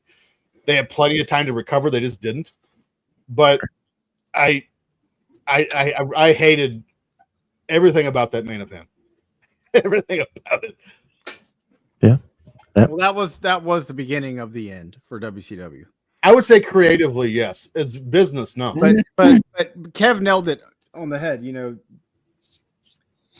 WWF was full steam ahead with Rock and Austin, and WCW was doing everything they could, instead of righting the ship, just trying to counter everything WWF did. Yes. And it didn't work. It was terrible. And I mean, I went to Bash at the Beach 2000, and it was the most god-awful thing I've ever witnessed in my life. Bless you. Yeah. So I had a buddy that went to, I think it was Spring Stampede 2000. Mike Cole went to. It was whatever one was in Chicago. Mancow was on a pre-show. It was terrible, and I mean, that was the pay-per-view that had Hogan and Jarrett with the lay down. Booker T wins the belt. You had, I mean, just so many god awful things that happened at that pay-per-view that were just, I mean, completely forgettable. Right. And I mean, the writing was on the wall, but I wish that Bischoff could have bought WCW and gone with his vision. But the problem is there was no television attached. Nobody was going to sign off on writing that check without TV. Mm-hmm. So, and Turner was done with wrestling, not Turner himself, but Turner Broadcasting. Ted wasn't in control anymore. So there was nothing that could be done. And they're back in the fold with AEW, and you look at the numbers AEW's bringing in, it's nothing in comparison to what WCW is bringing in 2000, 2001. It's WCW Saturday night. Right. So, but I mean, it is what it is. But well, for the WCW thing, then I want to get Ethan's here. I think WCW writing tried to get another Hogan heel turn moment, because they had some big, gigantic moments. Mm-hmm. And I think instead of staying with your kind of storylines, instead of making the NWO so big and then breaking off another factions, just kind of stay the course. Don't try to keep hitting home runs. Your doubles, your singles, a couple of triples, they'll all still add up to scoring runs. but you keep trying to do things that are over the top, can lose people that are expecting something like that all the time, and can turn off some people. But I think Turner was done with it. And you brought up the AEW. The moment Vince Russo walked in the door, it was over. Well, then they brought in the Warrior. Yeah. And the AEW thing, I think the AEW fails right now because, I mean, they got some great talent over there. But you got the same type of talent. All 5'10", 185-pound wrestlers doing all the same maneuvers. You've got to get some big guys. You've got to get some characters, and you've got to get better writing. Like Toni Storm is a great character. Great writing in the ring, and she gets over on that. But you need some more of that and some different stuff. But I think a lot of these people in AEW are a lot better than what they do. I'd like to see wrestling go back to call the match in the ring. Find out what's working, what's not working. Go with the crowd, chant to the crowd more. But you've got, and it shows up a lot more in the female wrestling, and it shows a heck of a lot more up in the gymnastics type wrestling when everything is planned to the point that if somebody's a little early, 2 or 3 seconds is a long time for you to stand there and go, yeah, the match is shot. Oh, there it is. Yeah, it's you got to go back to letting them call it in the ring so that things look, I mean, you can play off things that are so bad and it make it look real. But I'd wish that type of thing come in. But Ethan, what's your points on the guys that they were just talking here? Because we got a little bit. I tend to agree. It's, some could say WCW's creative died. Was it Halloween Havoc 96? Warrior Hogan? that was 98. 98. Was that 98? 98? There you go. That was, I'm a Warrior guy, so. But. Woo. Yeah, I get it. Go ahead, Ethan. Yeah, so I mean, but as far as AEW goes, AEW again, like you said, there's no variety. It's just boring. I'm sorry. If I want to go to sleep, I put it on. Yeah, it's bad. It's just all the same type of matches. It's all the same type of stuff, and again, the same type of guy. Where are our wrestlers? These are all guys that should be middleweights to cruiserweights. Where's the heavyweight guys anymore? Where's your big guys? Where watching AEW is like watching Nia Jax try to do a chair shot. Go buy some steroids or something. Bring back that era. Then I'm fine with that. Juice them up, get them big. AEW needs a Vader in the worst way. And they have one in Wardlow, and they don't put him on TV. Well, he's doing American Gladiators now, but they need a Vader. And just have him mow through the roster. And then now you have to think about, this is the people don't understand. The most important thing a fan can do when they're watching wrestling is ask questions. And when you had someone like Vader in the early 90s just mowing down WCW guys, the first question in your head was, who's going to stop him? And you would watch just to see who was that going to be. Now, finally, I mean, it was Ron Simmons for a minute, then eventually it was Flair. No, that's Florida State Seminole legend, Ron Simmons. You're right. I'm sorry. But it's like there's no one in AEW that I look at. And again, I'm not trying to beat up on it because WWE, to be fair, WWE doesn't really have one either. Neither company really has a Vader where they're just believably mowing guys down. Just a huge mammoth of a man and is agile. And how are we going to stop this guy? WWE had him in Gunther. Yeah, and they buried him when you put that belt on. You're gonna be checked out. Yeah. I'm not going to say they buried him when he lost. You're done. But they haven't recovered from that well. Nope. Well, and with the whole Goldberg thing coming on, if you brought Goldberg back, you think if I'm Gunther, I'm going to trust you to pick me up and do something with me when I'm pushing 300 pounds and you're as stiff as a board when you were in your 30s? And Goldberg is one of the most overrated wrestlers to me of all time. Thank you. Period. I think I would be surprised if Gunther doesn't just manhandle him the whole match. He was always stiff. He was like the Road Warriors, even though the Road Warriors were burnt out in 5 or 10 minutes, but they were stiff as crap. The whole match. They won't sell anything. Ultimate Warrior, stiff as crap, would never sell anything or try to do anything. Warrior was just a great character, and that's why everybody loved him. Yeah. But Bill Goldberg has just always been annoying to me, and always been, he's almost like He's the overgrown Stone Cold Brock Lesnar on ripoff. steroids, but at least Brock could do some things in the ring, and at least Brock Lesnar will sell. Yeah, Brock Lesnar will sell like he's getting hurt, like he's getting beat. You've got to sell, and I'm just watching this match, and Goldberg's going to act like he's never hurt. He's never going to sell in this match. You're going to see. I mean, also, I see somebody keep asking you if you're going to watch 10 Hogan matches or 10. That's our usual guy that's always picking on me because I like the way Can I answer this? Can I answer this for you? Absolutely.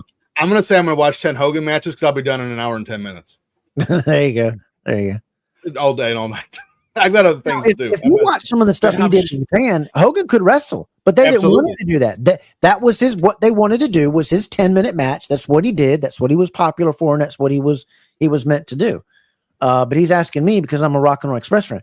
I can turn anything on from the NWA days or the WWF 90s back or NWA wrestling, and I can still feel it here, even though I knew the outcome, because they're building something in the match. It's not a bunch of finishers 30 seconds into it and a roll up pins the guy for 1, 2, 3. You're telling a story inside of the ring. Do you remember the days when Bobby Eaton would get in the ring and then he'd run out of the ring because he got hit and he'd go hug Jim Cornette and kiss him and slap to you're building something. You're telling a story, and that's done. They don't even interact with the crowd anymore, these guys. No. And then the AEW had a great guy in MJF and they totally destroyed him. Absolutely destroyed him. That dude was great. Mike, he was good in the ring. And he could have ledger, but I don't know what they've done to that guy. 3 or 4 times now they've dropped the ball on MJF. And I would be absolutely stunned if MJF does not head across the street after this contract's over. Well, it just depends because Tony will throw something stupid at him that WWE is not going to pay. No, look what they're paying Sasha Banks. I mean, but I think you get to a point because Sasha Banks has been there, right? She's been to WrestleManias. She's been to, just because of when she was there, she's been to some of the bigger WrestleManias ever. At some point, and kiss my butt on Wembley, but at some point, every wrestler wants to be there. I would think if they actually take pride in their craft, and especially now the business. And we can have an argument all day long about WWE's ticket prices, and I'm with you on that. But they're doing record business everywhere we go. And if I'm MJF, I want to be at WrestleMania because I know WrestleMania is going to be there every single year, doing 70,000 plus 2 nights in a row. And do we have ticket numbers right now for Texas? All in Texas? Again, 14. I hope they sell 40,000 tickets. It's like 14. I don't think they're gonna. I hope they do, but I don't see it. They're more favorite to me. Yeah, I understand that. Man, first time comment. I'm gonna rebut Vinny's comment about Andre, and I'm a Warrior fan. The bigger disrespect was him beating Honky Tonk in like 45 seconds for the Intercontinental Championship. SummerSlam '88. That was kind of bad, but that Andre was, but still, that Andre still one of the funniest moments of all time. Him grabbing that thing and making fun of the Warrior, and you could hear it. I'm still laughing at that, but to let that guy beat him is kind of crazy. But we got about 10 more minutes with you guys. Let me ask you. I gotta run. I'm at a party right now, so okay. I gotta. All right. Well, I just want to say thanks for having us on, TJ. Yeah, we got out of time. We got run through time real quick, having a good time. But we appreciate you coming on, man. Dave, and can you stay another 5 minutes there, Steph? Yeah, I'm good. All right. Well, appreciate it, Dave. Thanks so much for coming on. Everybody, thank you guys for having us, and I look forward to talking again. Yeah, we'll do this again. We'll get together again. Peace out. Appreciate it. Well, at least Dave told us he was leaving. Yeah. Timmy just walked out of the door. He's like, "I'm gone." Timmy's sitting on the floor. Time flies when you're having just a good chats and good discussions. But we got a little bit more time with you before we're moving on to our other segments. But to you, who's on your Mount Rushmore of wrestlers as far as like singles? Your single wrestlers. So this is, I was going to mention this earlier, but we kind of skirted around it. It's an interesting conversation because to me, when people say like Hogan doesn't belong on the top 4 wrestler Mount Rushmore, what does that mean? And I guess it depends on what your definition of a wrestler is. Right. Is it best in ring? If it's best in ring or best drawing, those are 2 very different things. So I'll do both. My top 4 wrestler Mount Rushmore, it's not even that difficult. It's Dean Malenko, Rey Mysterio, Eddie Guerrero, and Chris Benoit, even though I know everyone hates when we mention his name. But that's my 4 wrestler Mount Rushmore. My actual Mount, just all-time Mount Rushmore. Again, I never was a fan of him, but I'm going to go Hogan. Hogan, Austin, Flair, and number 4 is always the hardest one for me. I kind of an old school guy, and I also really like guys that I don't think get enough attention. Mhm. So for that reason only, I'm going to put my number 4 at Nick Bockwinkel. Mhm. If you can see in the background, I actually have the prison belt from the AWA. I've actually gone back and studied AWA because I live in the area. Not if you've never watched a Nick Bockwinkel match, go find him. That dude was amazing, and his manager was Bobby Heenan in the AWA. Yeah. Ethan, what's your top 4? Give it everybody see if they don't remember your top 4 wrestlers. And when I say your Mount Rushmore, I'm saying if it's a complete package of everything, who you putting on there? Okay. They were just. If I'm going to go a complete package of everything that they've done for the business, wrestling and merch. Yeah, we got our presidents up on Mount Rushmore for a reason, for everything cumulative that they did. So I'll go Hogan. Go ahead. I'm going Hogan, Austin. Mm-hmm. I have to put Undertaker on there. Okay. I'm not going to argue with that. Undertaker and Dino Bravo. And then my 4 would probably be Hogan, Austin, Undertaker.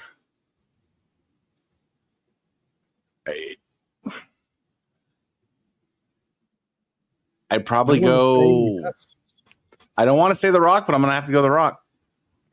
Mine was Hogan, Flair, Undertaker, and Steve Austin was mine for the things that they've all done cumulative and where they took it. Each guy took everything to a new level. I mean, Undertaker took it, the longevity, to a new thing. Stone Cold brought it out and exploded it. Hogan put everything on the map. Flair put everything on the map of the things that he did. It's just unbelievable. I wish more people could have got to see. They're seeing now Flair back in his heydays and things like that. Being in North Carolina, me and my dad would be able to go for $14. You get a front row seat to the Norfolk Scope, Hampton Coliseum, Greensboro Coliseum, Dorton Arena. You go to all those places, $14, and you could go to a noontime show, and then you can drive back, heading back home, and at the 8 p.m. show, Norfolk Scope, and there'd be Ric Flair again doing another 60-minute match. I mean, those guys were the hustlers, and you can't ever claim that Ric Flair wasn't one of the best ever on the microphone. No, that's correct. 100%. Now, when you were doing the wrestling things, whatever, there's a guy that I think that doesn't get enough credit for wrestling techniques and being a great wrestler. I think Bobby Eaton. I think Bobby Eaton is one of the greatest wrestlers of all times. The way he did. If we did tag team Mount Rushmore, 100% he's on there. He was a great singles wrestler too. I mean, he was such an outstanding. I think I miss him a lot. What was his TV title match? Was that him and Arn? Arn Anderson, yeah. And then didn't he also have a world title match with Flair on like a random? He had 2 with Flair, and then he had. People don't know Bobby Eaton has won over 41 titles from the places that he's been. 41 titles. I mean, that's just amazing. Actually, another guy we don't nearly talk about enough, and we should. Same era is William Regal. Yeah. I agree with that. I also don't think Mr. Perfect gets enough. I don't think Roddy Piper gets enough. I don't think Honky Man gets enough. Rick Rude doesn't get enough. There's a lot of people that didn't, but WWF Rick Rude was great. WCW Rick It Rude was flat. was, Yeah, it was flat. And I think it was more he was just too hurt, I think, during that time when he first came. I thought his matches in WCW were better. I thought his gimmick was better in the WWF. I thought his matches were better in WCW. Yeah. But he could sell a punch and now it's a stupid forearm crap to the head that's so slow. Whatever happened to those good punches? When he sold the inverted atomic drop, it's the best. There's literally a YouTube compilation video of Rick Rude selling an atomic drop. Go watch that if you've never. It's outstanding. Yeah. All right. So before we get out of here and let you go, we always asked everybody what is your top 5? Give us your top 5 belts of all time. Your favorite belts. Your top 5 favorite belts of your favorites. Your favorite belts. I mean, you got many to choose from, and what you collect and what you like. What's your top 5 belts? Number 1 is Big Gold. That question. Right. It's not even close. Oh yeah. Gotcha. Number 2, Winged or Big Eagle. Oh yeah. Gotcha. Number 3, the AWA prison belt. I don't think it's love. There you go. Oh yeah. I will tell you. I bet you I will be the only person that's going to say this before or after me. The Georgia Championship Wrestling TV title, which I have. There you go. And and number 5, the OG Intercontinental title. Oh, there you go. That makes Ethan happy. That's his favorite belt. That's his favorite belt. The 90s US title is right behind it. Yeah. So you're talking the OG IC when it came with the red logo. Okay. Yep. I think you said that. I may have missed it. Man, we've had a blast with you guys. It's just flown. But again, I want to tell everybody, you got to go out to Mark Out Moments on YouTube. That's where their YouTube page is. Go over there, give them a subscription there, and tell everybody again when your show is on so they can catch you. Usually we do. Unfortunately, we don't have a day because I have not a great work schedule. I'm a electrician in a steel mill up here in northern Indiana. Bell notifications. So I do days, afternoons, and midnights. I rotate. Okay. So we just kind of do them once a week when we can get them in.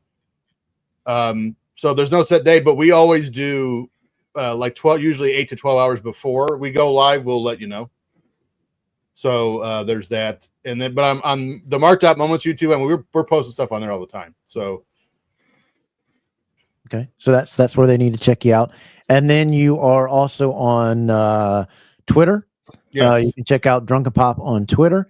Yep. You guys are also on Instagram. And where else can they find you or your personal pages to get you to check you out? I'm on the Twitter at tstevens91, and if you're wondering how to spell Stevens, it's my username, Step-Ins. That's why it's spelled like that. And then on Instagram, I'm at tstevens91 there too. There you go. You guys got anything? Do you know the next time you guys are going to be live? Have you got that scheduled so that people can know out there already when you're going to be live next? Do you have that? I come off days on Thursday, so I'm going to guess it's going to be either Thursday or Friday. Okay. All right. And you guys got you know what your next topic is? Any big stuff coming up or anything cool you guys are going to be talking about to let everybody know so they can tune in? So we always do PLE pre-show and post-shows. So, I mean, we always have a lot of fun doing those. As far as our next topic, we do not have one picked out yet. It'll be June, but we just don't have the year picked out yet. Okay. We're sometimes we're on the PLEs, whatever. We should do a simulcast with both our shows and talk about the PLEs. That would kind of be fun because this was a blast. It goes by so fast when you got guys that are good at talking, easy to interview, and fun to hang out with. Pondwater spoke very highly of you. Yeah, Pondwater's a great guy. He's a cool guy, so I appreciate him talking about us, giving us a thumbs up like that.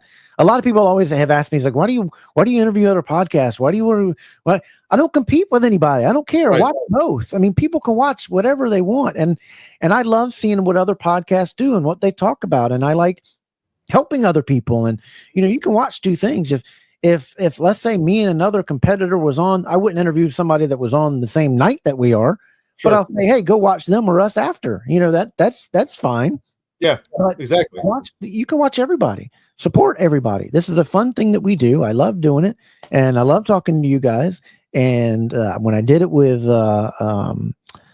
Dave and the first lady of the Iron Anderson fan club. Amy Vaughn. And she was absolutely spectacular. I love their show. They're great. She is knowledgeable, and they were great guests when we came on, and we had a great time with them too. So hopefully you guys will come back and tell Timmy he can kiss my for just walking out and like that. That was absolutely. that hurt my feelings. I'm going on Twitter right now, and I'm keyboard warring. Actually, no, I'm gonna go and hire. I'm gonna hire Karen. Karen, where's the Karen? Let me find a Karen. Hey, football season's coming up, so we got to have those heated talks. Yeah. Oh, we love you, Timmy. We love you guys over there. What's that? Say, football season. I'm ready. Bears. Yeah, I'm ready. North champions. Give me your Super Bowl champion. I mean, your Super Bowl matchup. San Francisco 49ers versus the Kansas City Chiefs. Rematch. Okay. And what do you got? I think this year's Buffalo's year. NFC, that's tough. I don't see Philly making it back. So give me, man, I don't know. The NFC's kind of thrown up right now. I'm going Lions, Baltimore. Detroit's a good pick. I like that one. Buffalo, Detroit. By the way, am I the only one tired of the small market Super Bowl nonsense talk? I think the Pacers and the Thunder right now are kind of proving that wrong. Yeah, it's dumb. It's dumb in baseball. It's dumb in everything. But what does hurt them is the ability to spend money in Major League Baseball. That small market teams get killed in that because they don't have enough money. I think I wasn't a proponent years and years ago for salary cap, but I think baseball's got to have one. But as far as this stuff with the nonsense, no, the ratings are through the roof watching this finals. And they need a salary floor also. Yes, you do. You got to be able to compete, and competing at some type of and college basketball is going to have to go to something too, because college contracts. I see contracts coming in the next 3 years. It's ruined. I mean, I played baseball in college, University of Pittsburgh. I didn't get paid. My payment was my education, and that's what I think it should be. But that's my own opinion. I guess they're making money. Well, you're whoever you work for is making more money, and you're working for them. So what? Go pro, and then shut up. I see contracts coming in the next 2 or 3 years. It's got to happen because too much shady stuff is happening, and I don't like the jumping 1 year. If you stay with somebody, you got to stay with them and sit out a year and then do it. But you got to punish people for talking to people on their team when they're still on the team. And the season's not over or whatever, that kind of thing. Yep. My opinion. But we can bring you in and we'll talk about it. We'll do a special one time and we'll do some sports talk or something like that with you sometime when you come on. But I appreciate your time, your extra time that you've been on here, man, and you've been a champ. And we wish you the best of luck. We're on there in Drunken Pop, and you're always welcome back, buddy. Thank you. Have a good one, ladies and gentlemen, from Drunken Pop. Stevens. Have a good one, buddy. Take care. See you. How awesome was he? Awesome fellas. They were just so cool, man. Cool guys, easy to talk to. Timmy, I think I want to doo-doo on his glasses and make him wear them. No, but he probably had something going on and going. He was in and out too. They're champs for coming on and being with us. We had a great time with them. Hey, you gave him a follow. There you go. Ethan, you gotta tell them what they got to do. That the guys that are just watching and tuning into here, maybe they were coming over from Drunken Pot and they were tuning into DDK first time. What they got to do? Just tune in. Hey, hit that like button, hit that share button, and subscribe. Keeps us going, keeps us motivated, keeps the gears running. Yeah, it does. And if everybody could just pause for just 5 seconds, scroll down wherever your commenting is. I think it's even above before you comment. There's that little thumbs up. Please, everybody right now, just click that thumbs up. Please do that for us. That helps us out a whole lot. Chargers, I think the Chargers are going to be sneaky, not sneaky anymore, but I think they're going to be good. I think they're going to be good. They showed a lot last year. Herbert's not the guy. I don't know. You don't have to be the man. You got to just be a man. What's up, Richard? Niners to make the play. That I believe too. I believe that too. Chiefs get it. That could be too. Not in that NFC West. Yeah. Look at our schedule. Doesn't it? If everybody right now could just drop down and give a thumbs up, pause to do that. Please do that for us. That helps out the channel so very, very much. And we got some cool stuff right here on the flip side.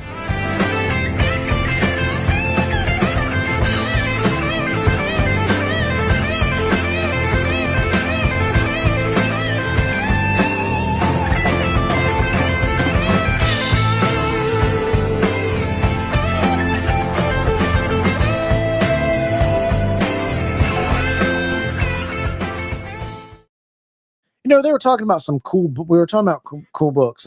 Dick Bourne makes some very great books to read. He makes a great one with the 4 Horsemen. You got to go check out and read that one. And then there's ones that people don't know. You got to go to the CrockettFoundation.com and get these ones. This talks about the Crockett era.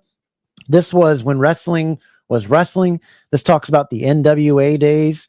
And this is all about the great volume 1. There's a volume 2 going to be coming out. This talks about the great tag teams during that era of NWA wrestling. You got to go check out those books. We were talking about books. And yeah, the Nitro book is awesome.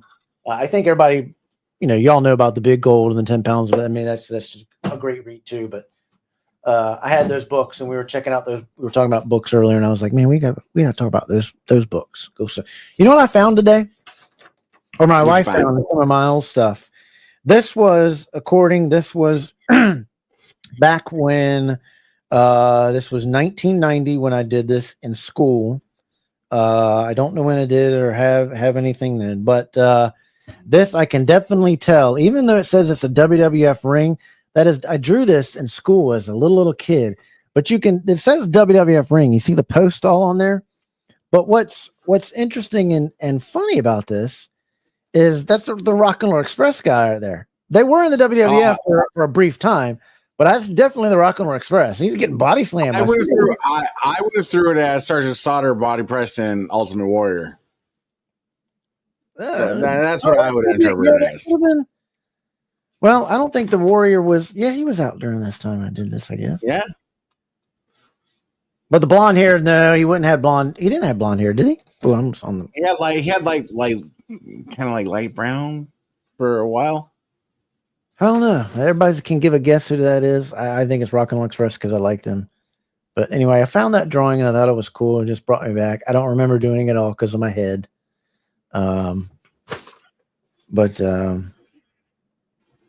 what was really cool, and this is an all moment, is down at the bottom. It reads, "Mom and Dad, pin down anything I need or want. Love you both."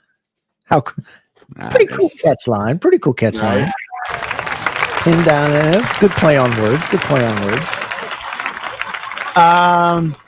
Let's catch up on our comments here with what everybody is doing. The other night, the after show mishap. That was kind of funny when Richard didn't do the things. No, we're not signing off yet. We got a good 15 minutes left in the show. Going to talk about a couple more things. Jerry giving us a thumbs up. So welcome to all of you guys that are watching. And thank you so much. We are going to announce in 2 weeks when our giveaway show is. You got to be a subscriber to win the belt that we're going to give away and to win the other prizes that we're going to give away too. So we're going to be giving some other prizes too. Ethan, I think you'll finally be ready to announce what you've got going on next week. Can we get that plan? I hope. I'm cranking out stuff. I'm still, but you're right. Morton, you're right, Morton. Yep. I'm cranking out stuff. It's just work schedule and everything else. Yeah. Yep, the stipple ones are good. So yeah, get it because we want to announce that. That's pretty cool. I do still draw the same. I did. I drew a picture to you. That map to help you avoid ice. I hope that worked. But I still draw the same. That's my maps. But I just found that and I was like, I thought that was a picture to ice. Yeah, but no, I was like, it makes you feel good. My parents are gone, and then they kept it, and we're finding a lot of things that are stored in the barn out on the old farm. So it was kind of cool. It made me feel cool. It made me feel good, and it's sad that I don't remember it just because of my head stuff. But anyway, it was takes you back to the nostalgia. Yeah, it does. But it's DDK Saturday night, and what we do usually each week is we have our picture of the week, and we always talk about it. So, Ethan, you want to tell them? Roll it.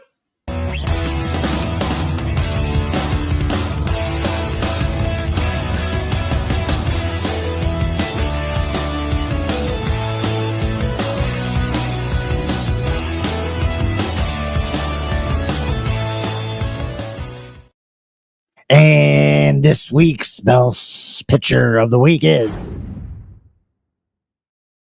Check it out. From Kevin O'Keefe.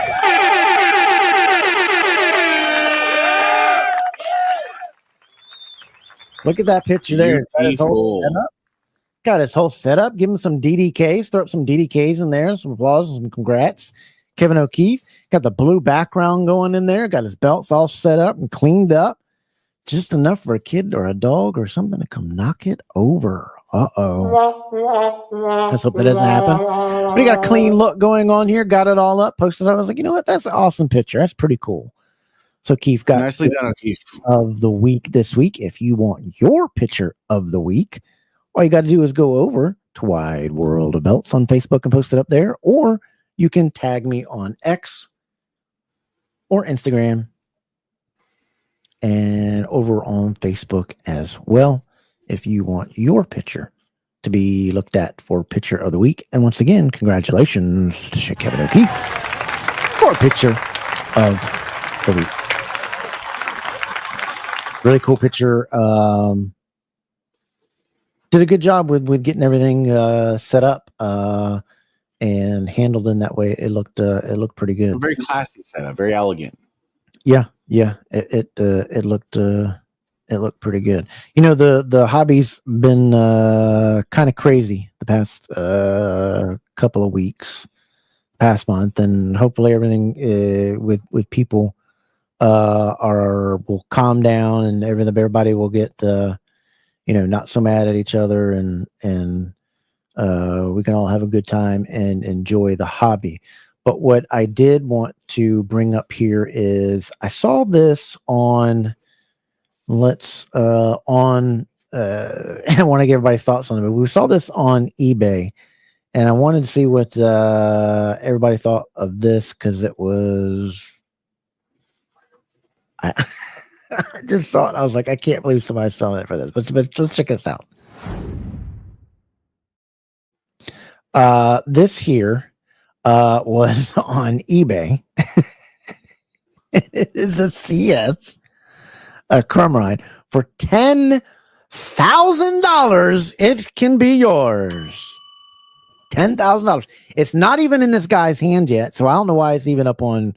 That violates eBay's rules, but it says these belts now are taking over 2 years to produce and getting longer every time. Oh, this is a belt that is almost done after waiting for 2+ years.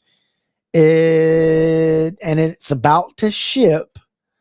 So it'll be knocked out soon. No wait, no 2-year wait. You can get it right now. So forget about Brian. I don't even know what crumb. I don't think that's their fully loaded one. I think it's their mid one. No, $3,000. You can pay $3,000 or you can pay $10,000. But did you see this? Well, and you can also hopefully they didn't promise them 60 days because that 60 days is going to turn into another year. Yeah. They're not. I haven't heard anybody complaining really. Have you heard any more complaints like what's been going on? Did I think the email when we did that podcast when we did that interview and we talked about everybody use their email. They say their email is the best thing that they check because they get so many messages on internet.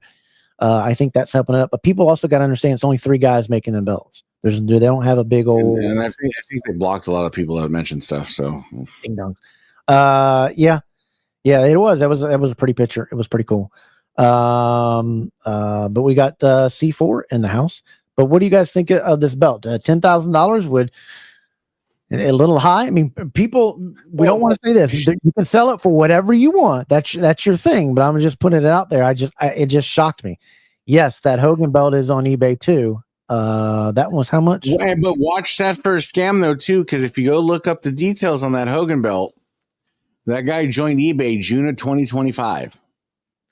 Yeah, and he's got no reviews, no thing on that Hogan belt. Yeah, I would call Hogan's shop first and say, "Hey, did this sell?" That would be a thing that I would. If you're interested in buying it for $13,000, please hit up my man Colin, and he can make you 3 or 4 of them for the same price. Absolutely. And now that you mentioned it about Colin, you got to go check out C4 Authentic Belts. They are the only ones partnered with Crumb Rind. Partnered with Crumb Rind themselves, making the C4 belt. and they now have renamed it the C4 Ortiz Crumrine Big Gold. It is the only one being made by, like the original, with a silversmith making it, and they have the cast pieces of the wrestlers and the stone holders that are going on these belts too. You got to check it out. It's an unbelievable belt. I have one. I absolutely love it. It will not take 2 years to get your belt either. They're doing a fabulous job, and it is the best Crumrine out there that you can get. You got to check them out over on Facebook. Colin is a great guy. So over on Facebook, check them out at C4 Authentic Belts. And they're also on the World Wide Web. Check them out. It's got all their pricing, how you can get a hold of Colin, how you can talk to them. You can do payment plans. You can do all sorts of things to be able to get one of the best belts to be made, again, by a silversmith, the way it was done originally. And for the price they're doing, it is just unbelievable. So check out C4AuthenticBelts.com. And remember, C4 Authentic Belts, taking you back to like it's 1986. But we also wanted to go over, there was some news, and I wanted to see what everybody thought of this. There was some news that came out, and this, to me, kind of got me like, are you kidding me? Now, Sportskeeda is kind of one of those, it can be there, hit or miss kind of site too, but it was saying that Triple H is deciding that he may retire the women's tag team championship after what happened. It's going on that the tag team champions have been ignored for a while, and they're getting ready to retire that. And this could be a thing to where they even do it in the men's. What do you guys feeling in getting rid of tag team championships? I can't believe that they would do something like this. Ethan? If they do their, again, I don't want to feel like TKO is just strangling the company. But if they get rid of the tag, how about instead of getting rid of the tag, put some emphasis on the tag division. Yeah. Create some tag teams. Bring up some of these NXT people. Bring up them. Get them. Let's establish a tag division. Stop mashing Liv Morgan together with somebody, or just do it right. Yeah. Mendoza. That one is fake too. We went over that. What was it last week that we went over them? We went over that, showing there was a fake Dave Milliken. I mean, they didn't even spell Milliken's name right on the stamp that they tried to fake too. Yes, C4 Authentic Belts, they have a real partnership. They are in a real partnership with Crumrine. Crumrine is a part of this. Like I said, they're giving the cast pieces to them that you're getting because Crumrine had them. So it's a real partnership with Crumrine. You're not getting that anywhere. Nobody has ever done that. When I tried to get a real Crumrine made by the silversmith that they had, this was back in 2012 or whatever. I was quoted 12 or 13 grand. I can't remember which. And somebody else was quoted like 14 grand. So what he's got going on and what they're doing is crazy. Yeah, absolutely. Absolutely. But they should retire all the championships. Oh my, Vinny coming out just swinging. That's only because Vinny wants them to bring back the big green. Do away with it all. Maybe we should do away with Mendoza Craft. Just do away with it, man.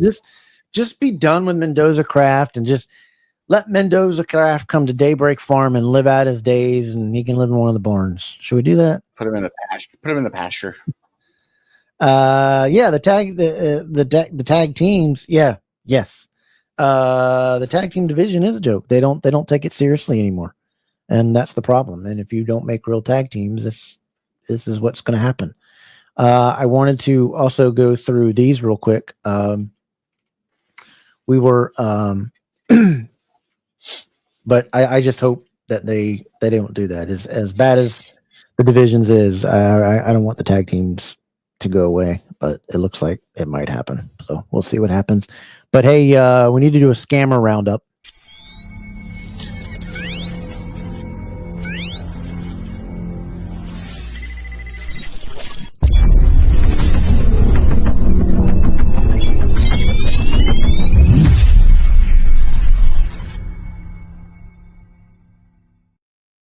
Got some ding dong wing wongs out here scamming. You got this person over here, M. Sonny, that took the money and ran with it. So you got to watch out for this guy, M. Sony. He took some money and never sent the belt and then blocked the person. So if you see that, or see that type of change, because they always change their name too. But you got to get out of these groups of that type of stuff. And but if you see him, stay away from him. I know he's been booted from a bunch of groups. This also the guy you got to be aware of, Buddy Harvey. Don't know if it's true or the guy could be another stolen account, but if you see something with his name or this guy, he done the shop here. You can see what he did, and then ghosted him. Never gave him the track, but he gave him a wrong tracking number. They did that and tried to mail it somewhere else to try to avoid the PayPal things, as that's been tried to do. But you got to stay away from this Buddy Harvey guy. And that's probably not even really him. They steal all the pictures of everything, but you still got to be careful of that account. And to me, I wouldn't use Zelle. I wouldn't use anything that's instantaneous. I wouldn't use anything that just doesn't have protection unless you absolutely know the person. Have some protection on your thing, or use a bank card that you're going to be able to have a charge back in case somebody does something stupid. But keep an eye on this guy. This also guy here, the circle's there to protect any family members, because I don't know if this is a real picture of this guy or not. But just a link. He is scamming by using pictures, and I believe these were Ricky's pictures. If he's still in here, I think these were Ricky's pictures that he was using, and he was trying to get people to pay with gift cards. That should be your red flag right off the bat. I mean, that should go off in your head when somebody's trying to do that. And then also we got Williams Jr. here, who is also stealing. And I think this is the Ricky's pictures here. Yeah, that's Ricky's pictures. But he's also trying to sell belts and use, looks like Ben Roethlisberger, but he's also using fake pictures. That is out there a lot. And you can see up here, this was listed in WWE title belt collectors. And he's like, hey man, this was listed in this group, whatever. Stay out of these groups that all these scammers are in that you're constantly seeing. Those, get you a good 6 to 8 groups and stop staying in those ones that have scammers. We did a show on it. Go back and watch that show, the Facebook groups, the good and the bad. And we did some things when we showed those groups that are nothing but full of scammers. You got to go and stay away from those groups and those people that do that mess. And there's a lot of them that are in the same groups, and people are getting scammed over and over and over again. And I don't know why people don't, pay attention. Yeah, there you go. We can do that. Head over to the DK bar. We can do it. We can do it good. We can do it. Ethan, you still got some belts that is available for sale. Let the people know what you got, who it's made by, and what your prices are. I do. I got the NWA United States up there with the. You were breaking up. Try that. Logo HD. Redo that again. You were breaking. Got the NWA. There you go. You got the NWA United States Nawaz HD, 600 shipped. Ooh. And then I got a Nawaz HD Winged Eagle all gold on AJ Gittins leather, 600 ships. Wow. Oh, yeah. You're not going to beat those prices. And that's the belt right behind him. One of the belts right there. The Voltron is not for sale. The Voltron is not for sale. Even though I like it. And I want it. He will not sell it to me. But I don't understand why. Well, as soon as this belt gets sold, my display of Power Rangers helmets is going up. Are they? So what are you going to do to your collection? What's going to happen to your are you going to be still collecting belts? Or are you? I'm going to collect randomly, but I'm going to do a lot. I'm going to get into the customs. Oh, what you got? My Triple Crown. So me and Max have been talking, and he's going to work on a Voltron. We're going to work on a Voltron custom. Oh, and then Max. Oh, yeah, you got to go with Max. I mean, Max is the man.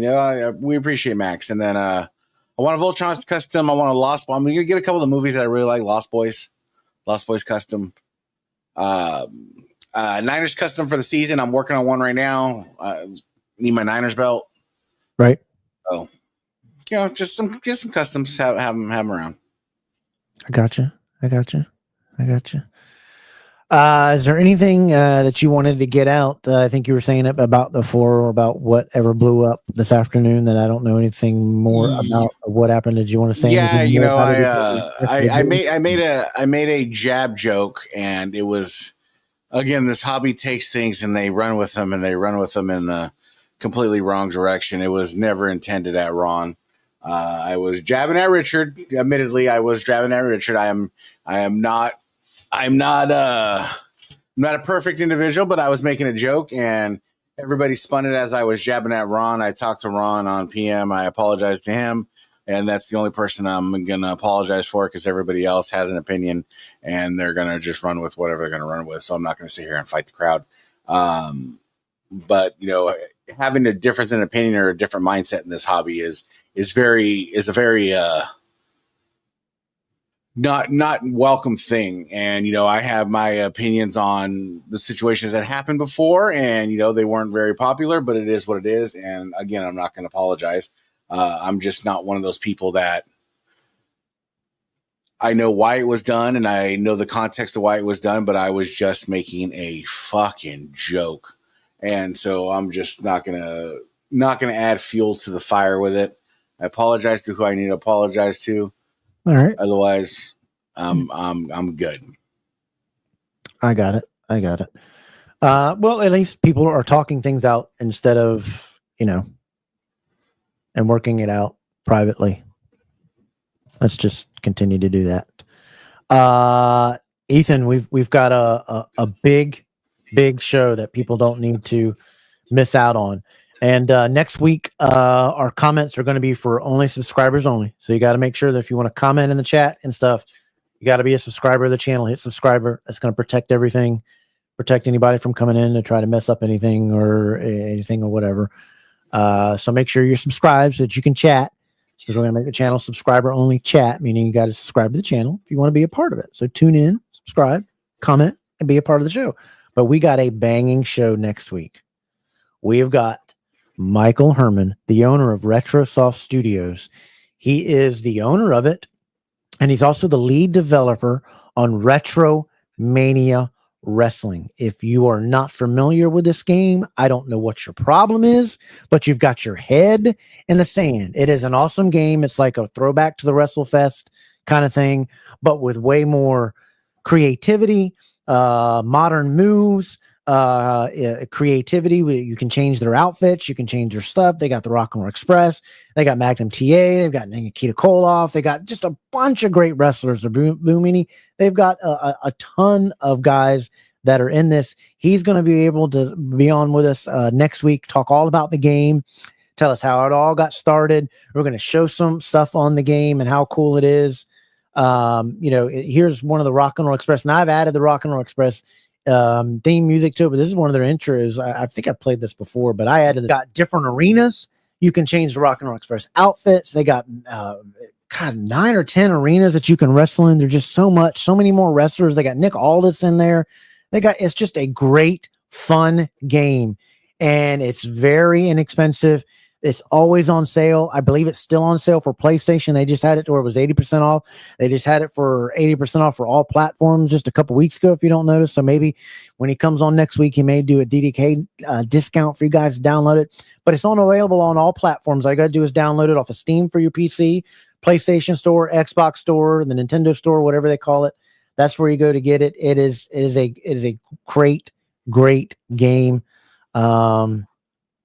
But it's pretty cool, and I want you guys to be here next week to be here, and it'll be fun. It'll be a great interview with that guy.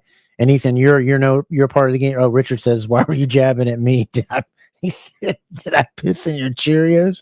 Ethan, stop pissing in people's right. Cheerios. And if it's that big of a concern, you're more than welcome to inbox me like a big person.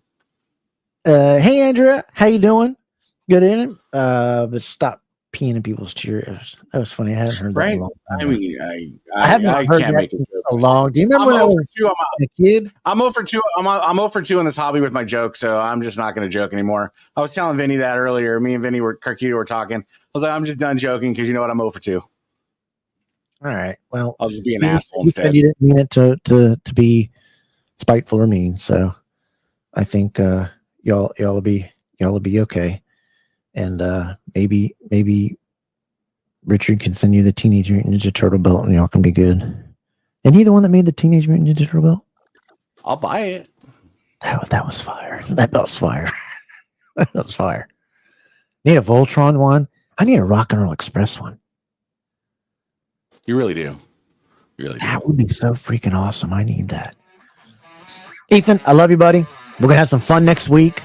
We are going to talk that game. That game is awesome. I know you have it. I have it. It's so much fun. I'll play it here in a minute. And we cannot wait for you guys to learn more about it. If you don't have that game, you better go get it. Ethan, I love you, buddy. I'll see you and talk to you in just a little bit. And we'll see you next week. You have a good one. Give it up for our co-host, Ethan. See you, buddy.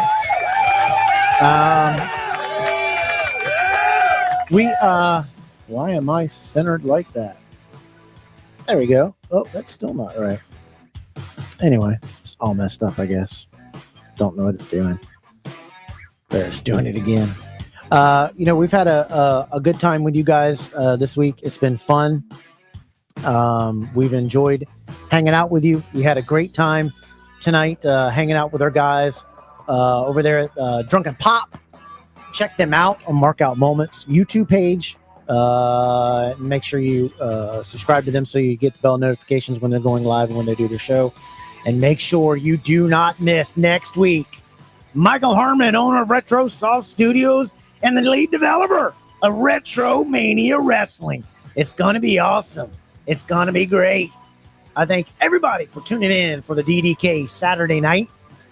Make sure you guys, again, are here next week. It's going to be a blast. So throw up those DDKs and good night. And I want to make sure that you guys always remember, I love you.